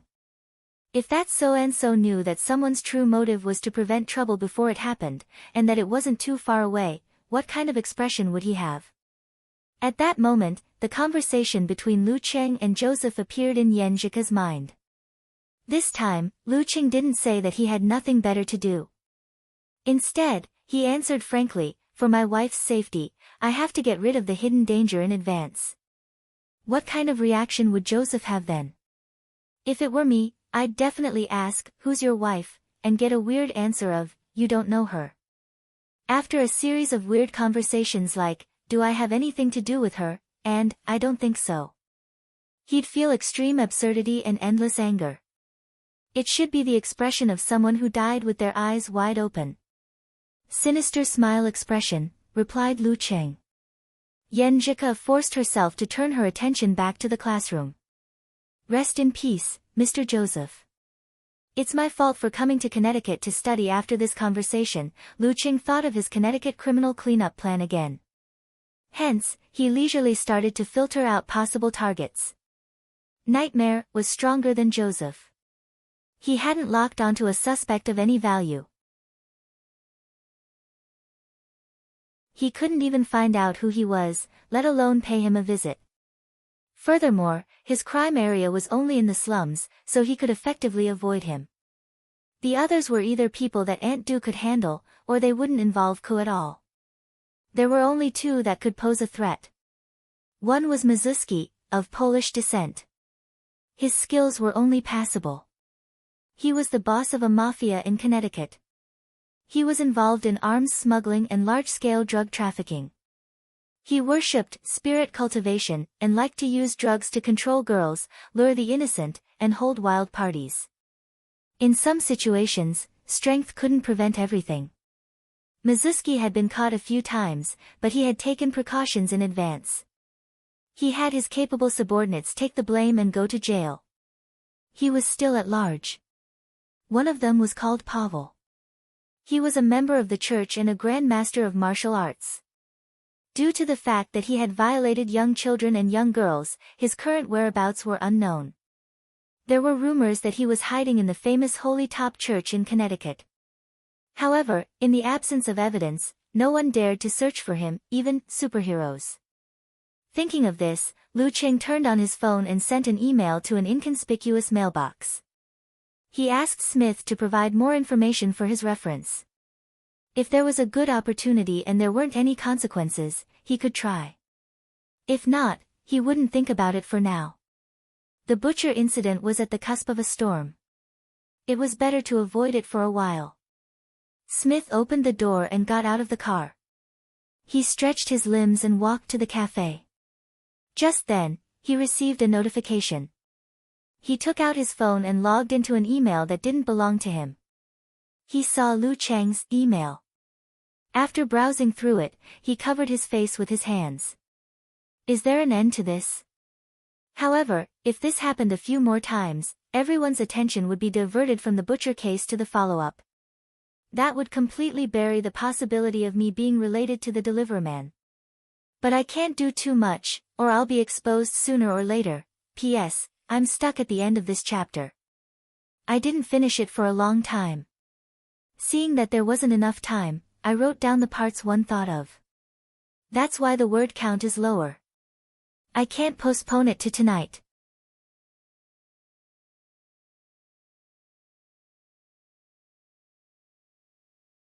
Chapter 508. In China's Dragon Punch Dojo, a gloomy Zhu Hong and a few of his disciples were checking the surveillance cameras, looking for clues. After confirming that there wasn't an earthquake, they were wary of any possible mistakes. Master, this guy is very suspicious. He left after taking a picture. Shouldn't he be enjoying the show, said a disciple who shared the same roots as Zhu Hong, pointing at Lu Cheng's figure on the screen. Another disciple nodded in agreement. Also, he knows how to avoid the cameras and didn't show his face. We can't see what he looks like. However, we can ask the people in this dojo. Someone must have seen him before. After a moment of silence, Zhu Hong suddenly reached out and turned off the screen. He said in a hoarse voice, "He's an expert who can cause an earthquake with a stomp of his feet. An expert he couldn't face directly." He turned to look at his disciples and sighed. "We have to admit what we did. There's no need to make a big deal out of it. It won't be good for anyone. Anyway, it's only affecting this dojo for now. Be careful in other aspects. Don't make any more mistakes." "Yes, Master," the disciples answered listlessly. They understood that this matter had to be dealt with quietly. They just couldn't take it lying down and wanted to find out who was the culprit. Now that they had calmed down, those thoughts of overestimating themselves also faded away. After Lu Qing enjoyed his afternoon tea, he opened his mailbox and saw Smith's reply. He said that Mizuski's fighting standard, even with the addition of his spirit cultivation, was only at the formidable level. He wasn't even at the outstanding level. However, because of this, he was very careful about his own safety and was very careful when he went out. He wasn't like Joseph, who was strong and fearless. He was careless, which made it easy for him to be ambushed. Mizuski belonged to the type that the entire Connecticut city knew that he was a mafia boss and the leader of villains, but there was no way to put him in jail. He knew this very well, so he was on guard everywhere and was very careful in everything he did. He did not want to be punished by a certain superhero one day. Most of the superheroes in the United States had their own ideas. They mainly focused on stopping crime and capturing criminals. They would not seriously violate the law and directly kill their targets. However, there were always exceptions in the world. There were also many superheroes who did not believe in the current system. For example, the danger level judge. His slogan was justice. For this reason, Mizuski not only cultivated a group of capable subordinates, but also hired professional security company personnel with high salaries. He also won over 2 outstanding spirit cultivators. Supplemented by other investments, his defense could be said to be impregnable. Over the years, it wasn't that there hadn't been superheroes who had ideas about him, but they had all returned in defeat. Looks like the formidable level here is the level of those who have just entered the dance stage. Lu Qing made a judgment based on Smith's description and recalled the information. According to Smith, with his strength, if he was willing to pay the price and ignore everything, there was still hope for him to kill Mizuski under heavy protection. However, if he did that, there would be no way to clean up the mess. He would leave behind many loose ends, which would be very troublesome. Therefore, he advised him to wait patiently and not be impatient. Once there was an opportunity, he should be notified immediately. Lu Qing was always an obedient person. He shook his head and threw the matter of Mizuski to the back of his mind. He started reading about Bishop Pavel. Smith was sure that Pavel was hiding in the Holy Top Church. However, that was the center of Catholicism in Connecticut. With Archbishop Kontsev in charge, it was impossible to sneak in. Kontsev, a formidable mighty one, was equivalent to a physical invulnerability expert. Connecticut was one of the few big cities in the United States. It was the financial center, so there was no shortage of physical invulnerability experts. Other than Kontsev, there was also Grand Elder Stephen of the Jaruga sect, Grand Teacher Cisco of Kagri, a spirit cultivator society that had split off from the Jaruga sect. There were also 3 participants in the top professional competitions. There was also a formidable one in the government security system. However, the information was confidential and rarely circulated. Due to various reasons, Smith felt that the time wasn't ripe to challenge Pavel. He believed that Pavel wouldn't be able to bear the loneliness and would leave the Holy Top Church sooner or later. Then, he would be monitored. A person who had been distorting his desires for years could restrain himself for a short period of time, but not for long.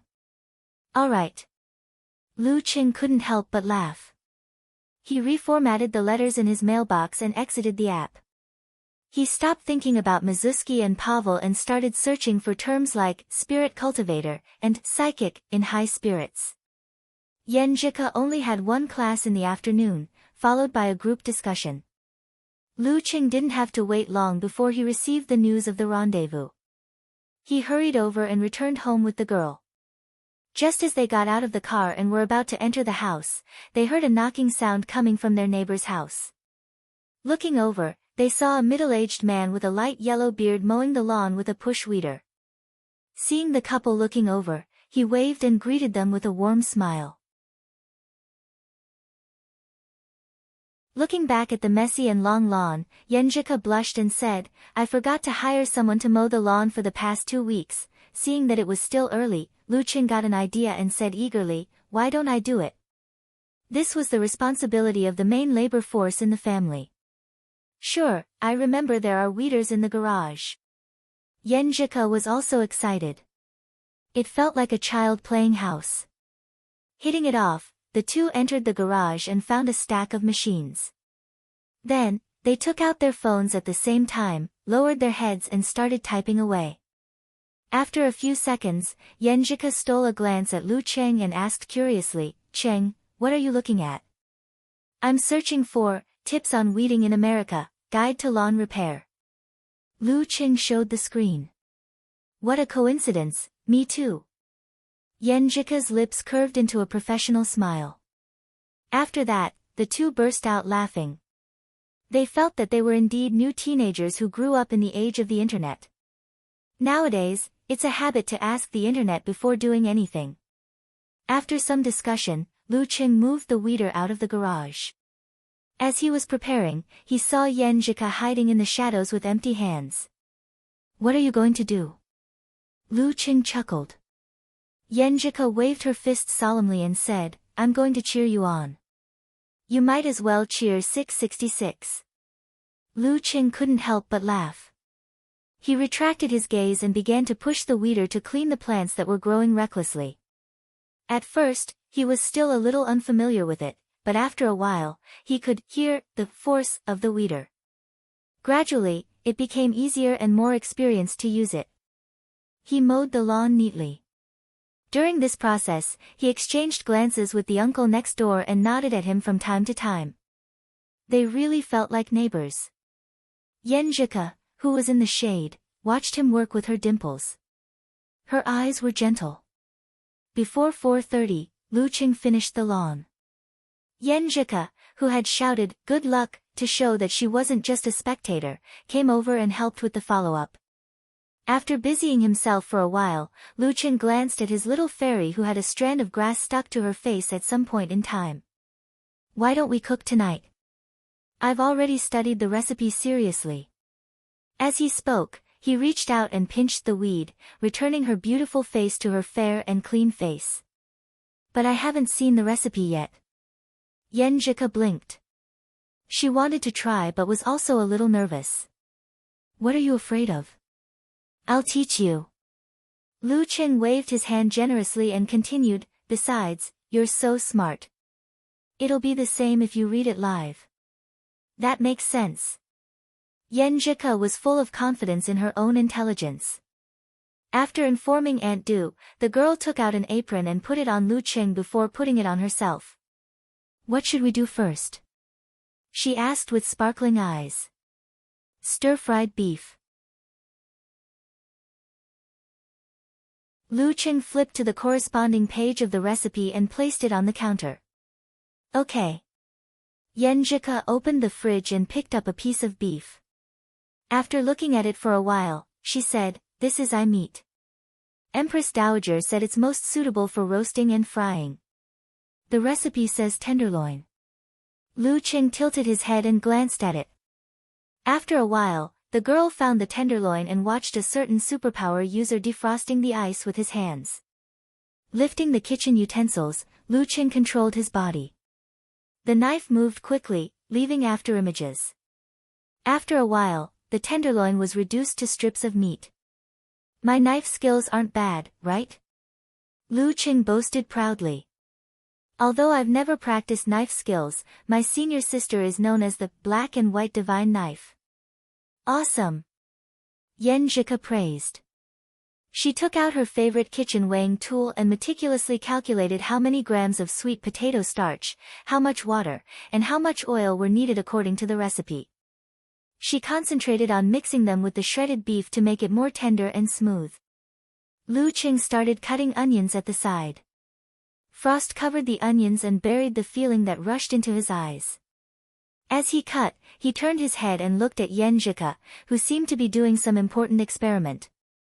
Looking at her plain white apron, he suddenly felt that Yen Zhika was also cute like this. Retracting his gaze, Lu Qing saw the same apron he was wearing. He suddenly had a strange feeling and couldn't help but laugh. "What are you laughing at?" Yen Zhika turned her head with a confused look. "An hour or two ago, I was thinking about how to get rid of powerful criminals like Mizuski and Pavel. But now I'm busy cleaning the lawn, cutting vegetables, and cooking." Lu Qing described his feelings as he straightened the apron on him. While he was researching the lawn mower, he had already talked to his fairy about Mizuski and Pavel. Yen Zhika pondered for a few seconds before nodding solemnly. "This is probably called being able to make a living in the hall and enter the kitchen." As she finished speaking, a light smile appeared on her face. In the evening, at a small gathering, Huang Shiwen, whose face was still a little pale, sat on the sofa in the corner with a glass of champagne in her hand. "Hey, are you in a bad mood?" A young man with dyed white hair walked over and asked with a smile. He was of mixed blood and had a pair of deep, dark eyes that were extremely charming. "Can you tell?" Huang Shiwen didn't know this man and replied politely. The white-haired young man laughed softly and said, "You are jealous of someone and afraid of someone. Am I right?" "How did you know?" Huang Shiwen blurted out in surprise, full of shock. "Because I'm communicating directly with your heart." The white-haired young man raised his glass and took a sip. He said enigmatically, "Do you need my help to deal with them?" "No, no need." Huang Shiwen shook her head in denial, shocked and scared. "Yen Zhika probably didn't say anything bad about me, and Lu Qing didn't have any intention of dealing with me. There's no need to create more trouble, okay?" The white-haired young man didn't say anything else and left with a smile. "Laura, what were you guys talking about just now?" The host of the party, Jennifer, came over. "Nothing." Huang Shiwen didn't want to talk about it anymore. Jennifer smiled and said, "He's a powerful spirit cultivator. You can ask him for help if you're in trouble."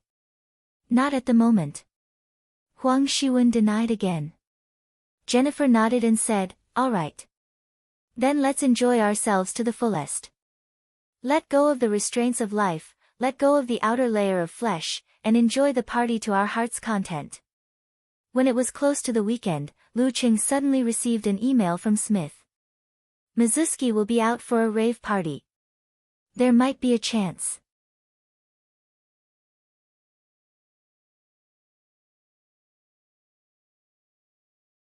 Chapter 509.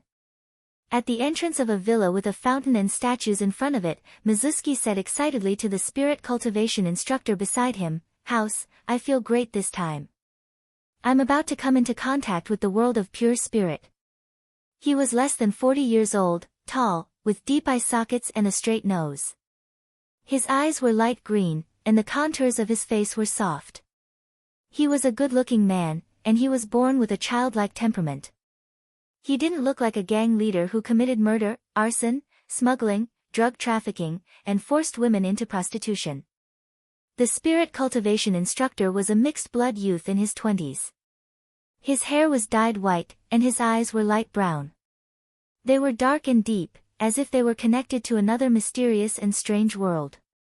Even when standing next to Mizuski, who was much older than him, he did not look young and inexperienced. Instead, he looked more mysterious. "Very good. Try to maintain this feeling. Repeat the meditation tonight. I believe we can become the same kind of people," House replied with a smile. His body exuded a sense of relaxation, relief, and peace. The other spirit cultivator was in his 40s. His eyes were filled with madness, as if he was still reminiscing about the carnival just now and the feeling of being refreshed after breaking free from restraints. He and House stood on either side of Mizuki. Surrounded by professional bodyguards and gang gunmen, they boarded a bulletproof car. In a room on the first floor of the villa, Jennifer, whose cheeks were still flushed, swirled her wine glass. Her eyes were bright as she looked at Huang Shiwen, who was completely relaxed. "How do you feel?" "I feel light, as if my body is weightless. My depression and pain have been vented by yelling and screaming." "I'm very, very happy," Huang Shiwen replied with a slightly dazed look in her eyes. Although her body was tired, her spirit was satisfied. However, it was her first time attending a party like this. Soon, she was worried. "Senior Jennifer, will this be addictive?" "You don't have to worry. This is the secret medicine of a certain spiritual cultivation society. It does contain traces of marijuana, but as you know, you can also search for it. It's even less addictive than cigarettes. Look at me, do I show any signs of addiction?" Jennifer explained in a gentle voice, guiding him patiently. "Yes, Senior, you look very healthy and energetic," Huang Shiwen said with half certainty and half envy. His senior sister easily dealt with the classes and the party, unlike him, who was full of pressure. Jennifer smiled and said, "Laura, do you know that there was a party on the second floor just now?" "I know."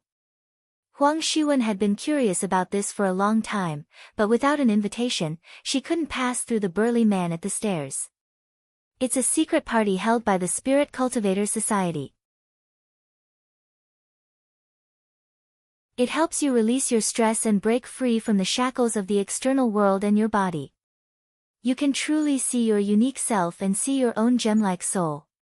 Not only will it help you relax and achieve a wonderful peace, it will also allow you to experience extreme happiness.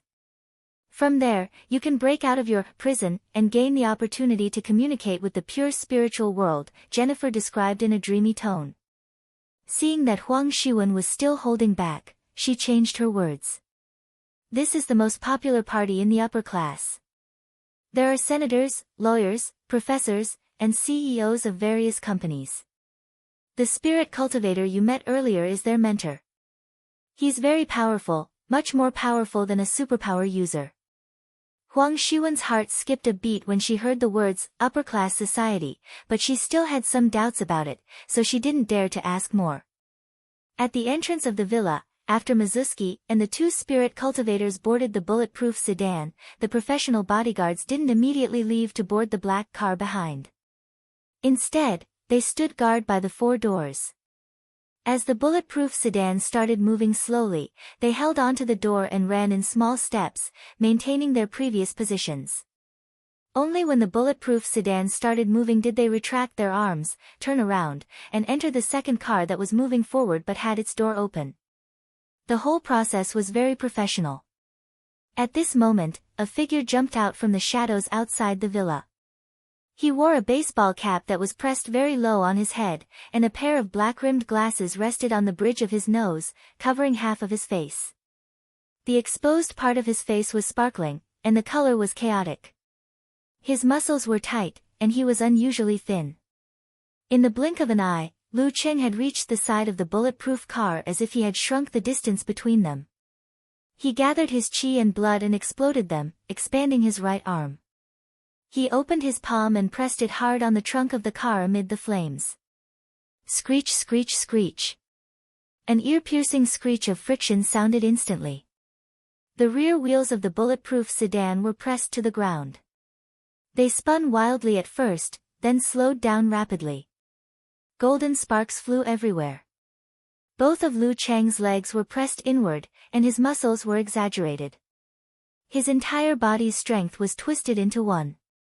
Cracks appeared all around him and spread outwards. He pressed the button to stop the car that had already started moving. At this sudden change, the car behind instinctively braked, shaking the bodyguards and preventing them from reaching out their large-caliber pistols from the window. House, who was in the car in front, had already reacted. Dark flames flashed in his eyes, and a distorted shadow appeared in front of him. At this moment, Lu Qing didn't make any unnecessary movements. He shook his left arm and stretched it out. His 5 fingers expanded, and his small muscles and veins bulged. He grabbed the door of the car's fuel tank with dark red flames in between. With the sound of metal breaking, the small door was forcefully pulled open. Lu Qing took advantage of the momentum and stepped back, avoiding the shadow that came through the door and the bodyguard's bullets. They steadied themselves, extended their guns from the window, and completed a round of rapid fire. Lu Qing retreated again and again. During this process, he suddenly swung his right arm forward and shot out a highly condensed and heavy fireball. It accurately ignited the shadow and drilled into the fuel tank. No! Witnessing this scene, Mizuki and the leader of the bodyguards let out earth-shattering screams. Boom! A huge explosion immediately sounded, swallowing all other sounds. A terrifying fireball rose from the inside of the bulletproof car and rolled out, tearing apart the steel plates, shattering the glass, and burning fiercely red. It was magnificent to the extreme, but also terrifying to the extreme. The bodyguards in the car behind were momentarily stunned. Resisting the fear of a second explosion, they quickly got out of the car and split into 2 groups. One group was to chase and shoot in Lu Cheng's direction, while the other group was to try and rescue him. At this moment, the flames that completely covered the car in front suddenly split apart. A chilly wind blew in all directions and dyed the car green. In the car that was left with only the skeleton, Spirit Cultivator House's eyes glowed with darkness. His clothes were tattered, and his face was pale. He kicked open the broken car door and walked out. Shadows wrapped around his left arm, and his right hand pulled Mizuki. This mafia tycoon was bleeding from the corner of his mouth, and his body was covered in terrifying burn marks. Although his injuries weren't fatal, they were quite serious, and he almost fainted on the spot. As for the other spirit cultivator and his right-hand man, even though they were stronger, they were also in a bad state and had almost lost their ability to fight. Lu Qing had retreated to the back of the flower bed. As the bodyguards got out of the car and House extinguished the fire, he reached into his pocket with his left hand, took out a coin, and flicked it out. Clang! The coin was distorted, creating a streak of reddish-gold sparks that shot towards Mizuki like lightning. House cursed under his breath and threw Mizuki at his feet. He extended his palms forward, creating more shadows to meet the bomb. Bam! The coin exploded into pieces. After piercing through the layers of shadows, its power finally faded. The bodyguards covered Lu Cheng's position with fire, forcing him to retreat again and leave the scene. At this moment, a bullet was fired from a silencer behind the crowd. It silently entered Mizuki's head, causing his eyes to widen abruptly. His pupils protruded, and he lost control of his bladder. He died with a grievance. On the huge stone sculpture in the fountain, the shadow that had been lurking for a long time threw out a few thin threads that stuck to the corner of the villa. With a whoosh, it disappeared. Seeing this, Lu Qing quickly retreated. He didn't want to stay any longer. After a few ups and downs, he had left the crowd far behind. After sprinting for a while, he suddenly stopped. The ice mirror of mind reflected a shadow that was following him. It was like a face, and it vaguely resembled House's. For an inhuman with a mutated body, it was easy to use superpowers within a small area. However, beyond a certain distance, there was no way to control it. Spirit cultivators, on the other hand, didn't seem to be restricted. Lu Qing didn't bat an eyelid. In his mind, he sketched out the ancient army character, turned its murderous aura into a spike, and shot it at the shadow. This was something he could only do after his breakthrough in the ice mirror. It was also a simplified version of the 9 words formula, and similarly, it was a reduction in power in exchange for faster usage. With a poof, the spike hit the shadow and obliterated it like a nemesis. Ah! At the entrance of the villa, House suddenly let out a scream. Clutching his head, he fell to the ground in pain. His body twitched, and it was a terrifying sight. The bodyguards looked at each other for a few seconds. Just as they were about to start rescuing him, the flames in the car flared up again, causing a second explosion. Boom! The loud explosion scared the men and women in the villa. Some called the police, while others tried to peek outside. Don't be afraid. With Mr. House around, it won't be a problem. Jennifer comforted Huang Shiwen. There's also Mr. Zaire. He's a powerful figure with a reputation. Zaire was Mizuki's alias. Is Mr. House very powerful? Huang Shiwen asked in trepidation. Very powerful. He's a very, very powerful spirit cultivator, Jennifer confirmed. After waiting for a few minutes, the explosions and gunshots outside had stopped. They cautiously looked out the window and saw a luxury car reduced to a skeleton. Mizuki and House were moved to the side, motionless. The villa was completely silent, and the atmosphere was oppressive. Huang Shiwen shook her head, feeling that this would be a nightmare she would never be able to get rid of.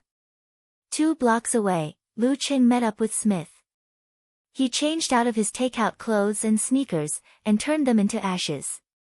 Hearing the cracking sounds from Lu Cheng's bones, seeing him grow bigger and taller, bulging his facial muscles, and becoming more defined, Smith couldn't help but exclaim, "Oh, how magical."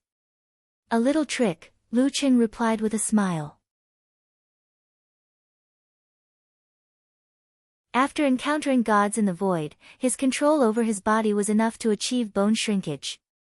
Smith started the car and drove off into the distance. After a moment of silence, he said with trepidation, "I'm crazy. I've been a secret agent for 5 years, and I've never participated in any dangerous missions. Neither have I done anything that a superhero should do. This is the first time I've experienced it. A bullet was fired, and a life was lost. Mizuki and the spirit cultivator beside him deserve to die, but under the circumstances where they haven't been convicted, I feel like I'm committing a crime." Lu Qing glanced at Smith, the corner of his mouth twitching. "Smith, calm down. I didn't know you were so talkative, understood. Calm down, calm down." Smith took a deep breath, regaining his professionalism as an agent. Lu Qing pondered for a few seconds before saying, "Do you think Mizuki doesn't deserve to die? If there was strong evidence to convict him, others would have done it long ago.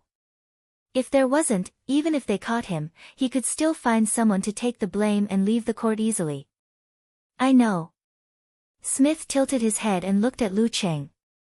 "I just feel like I'm no longer Spider-Man. I need to find a concept that suits me." "Lu, why are you so calm? Don't you feel conflicted? Isn't that obvious? I'm not the one who killed him in the end." Lu Qing thought for a moment, then answered seriously, "Maybe it's because my legal awareness is weak." Smith was at a loss. He didn't say anything else. After taking a detour, he returned the gun to the subordinate of Mizuki's enemy. Finally, he sent Lu Qing to the north of Connecticut. After entering the house, Lu Qing looked at Yenjika, who was still in her pajamas, waiting in the living room. He smiled and said, "Done. So easy. Details?" Yenjika heaved a sigh of relief, her eyes shining brightly. Lu Qing was about to describe when he heard his stomach rumbling. He smiled sheepishly and said, "I'll make something to eat first. I'm starving after this." "I'll make it." Yenjika raised her arm eagerly. "What do you want to eat? Do you have noodles?" Lu Qing smiled casually. "There's flour. You can make your own noodles." Yenjika jogged into the kitchen and called out to Lu Qing. She pointed at the flour and said, "I've made it. You need it. Aren't you going to make it?" Lu Qing couldn't help but laugh. Yenjika pursed her lips and said innocently, "You have more strength in your hands." "All right." Lu Qing smiled and put on his apron. When Huang Shiwen and the rest were questioned by the police, he brought a bowl of noodles into the dining room. He watched as Yenjika poured the leftovers that he had heated up earlier into the bowl as toppings. Then, she started eating happily. Occasionally, He would tell the girl about what had happened. What a wonderful night.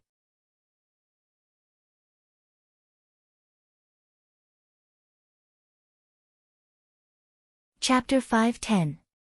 After finishing his noodles and soup, Lu Qing put down his bowl and chopsticks. He flipped a coin in his left hand and started complaining about Smith in a low voice. That spider is really something. I just casually mentioned it at the start because I thought it would be too risky to go on my own. But he agreed right away and even tried to perfect the plan in high spirits. I thought he was indeed the head of the Secret Service. His mental fortitude was off the charts and he had seen all kinds of storms. Who knew he would become as listless as a little lamb and kept nagging me that this was against his ideals and that he didn't deserve to be Spider-Man anymore. Why didn't he reject it earlier? Yenjika rested her chin on one hand and listened quietly. Her black, jewel-like eyes looked at Lu Qing from head to toe and then fell on his left hand, which was flipping the coins quickly. After a moment of silence, she said in an uncertain tone, "Qing, you're actually not very calm either, right?" Huh? Lu Qing was stunned and instinctively wanted to deny it. But when he glanced at the flipping coin, it was as if he saw his own heart in the same state. It looked calm and peaceful with only a slight ripple. But in fact, it was tense and surging in the depths. Yeah, after visiting Joseph, I couldn't help but abuse the mineral water bottle. It turned cold and then hot, then cold and then hot again. I only managed to calm down when I saw Ko. As a law-abiding student for more than 10 or 20 years, he was not like what he had said to Smith just now, that he had a weak awareness of the law and was a natural outlaw. What he longed for was never a life of fear and fear. Although he had experienced killing the 9th pin of the dark sect and improved his adaptability at the edge of life and death, and tempered his state of mind, he was either involved or not involved. Plus, he had his sect to deal with the aftermath, so he didn't have to worry. It was fundamentally different from ambushing the butcher in a foreign country or eliminating Mizuki. In the end, I'm just a fledgling in this aspect. And I don't really like doing things like this. Lu Qing was stared at by the girl who seemed to be able to see through his soul. His thoughts were in turmoil and finally turned into a sigh. Ko, come here. Let me give you a hug. Okay. Yenjika left her seat and walked to Lu Qing. She allowed him to stand up and open his arms to hug her tightly. The familiar scent wafted into his nose and lingered in his mind. Her beautiful body was slender and warm. Their breaths seemed to resonate. Lu Cheng's heart slowly calmed down. He watched as the feelings of anxiety, uneasiness, and tension slowly returned to the lake.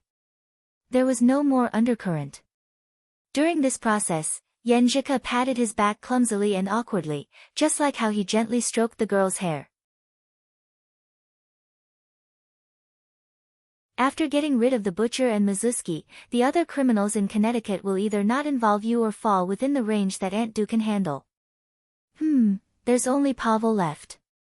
He's hiding in the Holy Top Church and won't dare to sneak out for a few months. Moreover, his main targets are the underage children. Anyway, I don't think there's anything else for me to do. I can relax and enjoy life. Lu Cheng's voice was low. Yenjika's comforting actions gradually became more familiar and smooth. She buried her head in Lu Cheng's shoulder and answered in a low voice, "That's good, that's good." After hugging for a long time, the two of them separated. Lu Cheng picked up the bowl and chopsticks and smiled, his body and mind relaxed. "Hello, your dishwasher is online. You make it sound like I'm eating." Yenjika looked at Lu Cheng in disdain. She chuckled and teased, when someone came back, he was so relaxed. He acted as though he had just gone out to buy groceries and that making noodles when he was hungry was more important than superhero matters. In the end, it was all an act. At this point, she turned and smiled. She muttered to herself in a low voice, "Then I'm relieved." After washing the dishes, the couple took separate showers and lay side by side on the bed. With their backs against the pillows, they covered themselves with a thin blanket and scrolled through their phones. "Hey, our overseas students group chat is saying that Senior Jennifer is involved in Mizuki's case. Yenjika's crossed legs swayed as she turned her body to the side. There's news already. Lu Qing hadn't scrolled through the news yet. As for the forums of foreigners and other places, he was still confused and didn't look into it. A classmate's uncle migrated to Connecticut a long time ago to do business.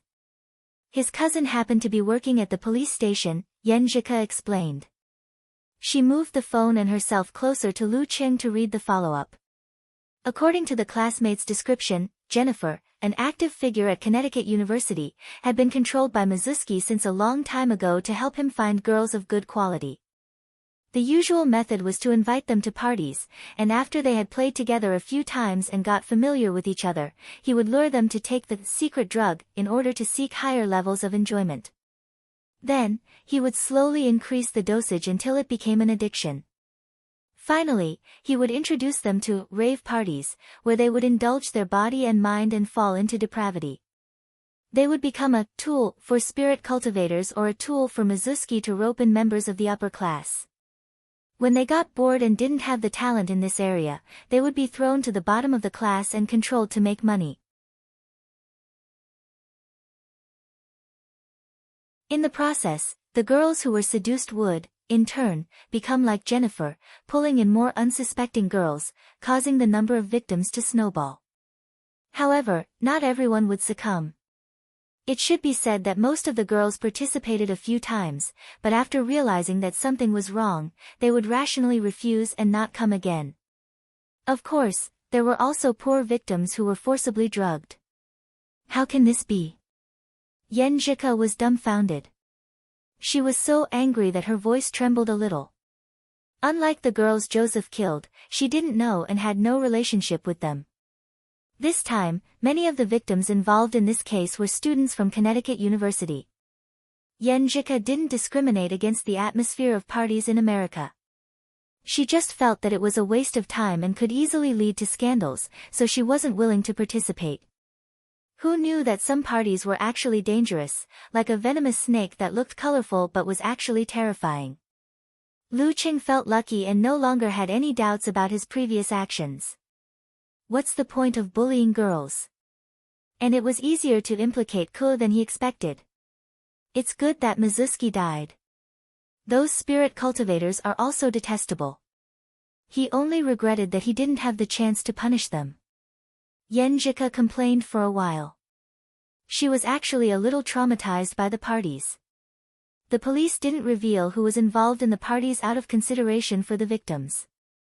Cheng, you did a great job this time. After venting, the girl looked up at her husband with bright eyes.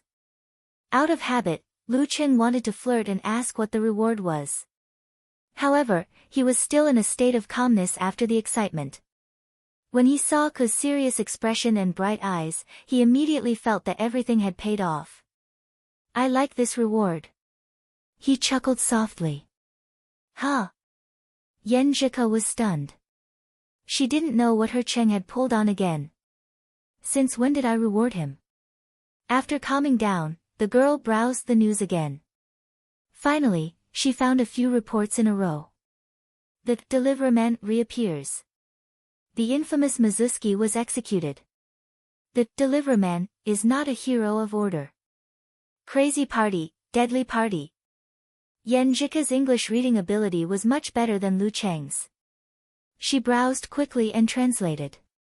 According to the investigation at the scene, the deliveryman had the help of powerful companions. This may be the reason why they could kill Mizuski while the other heroes couldn't. The surveillance equipment at the scene was damaged and couldn't record the key parts.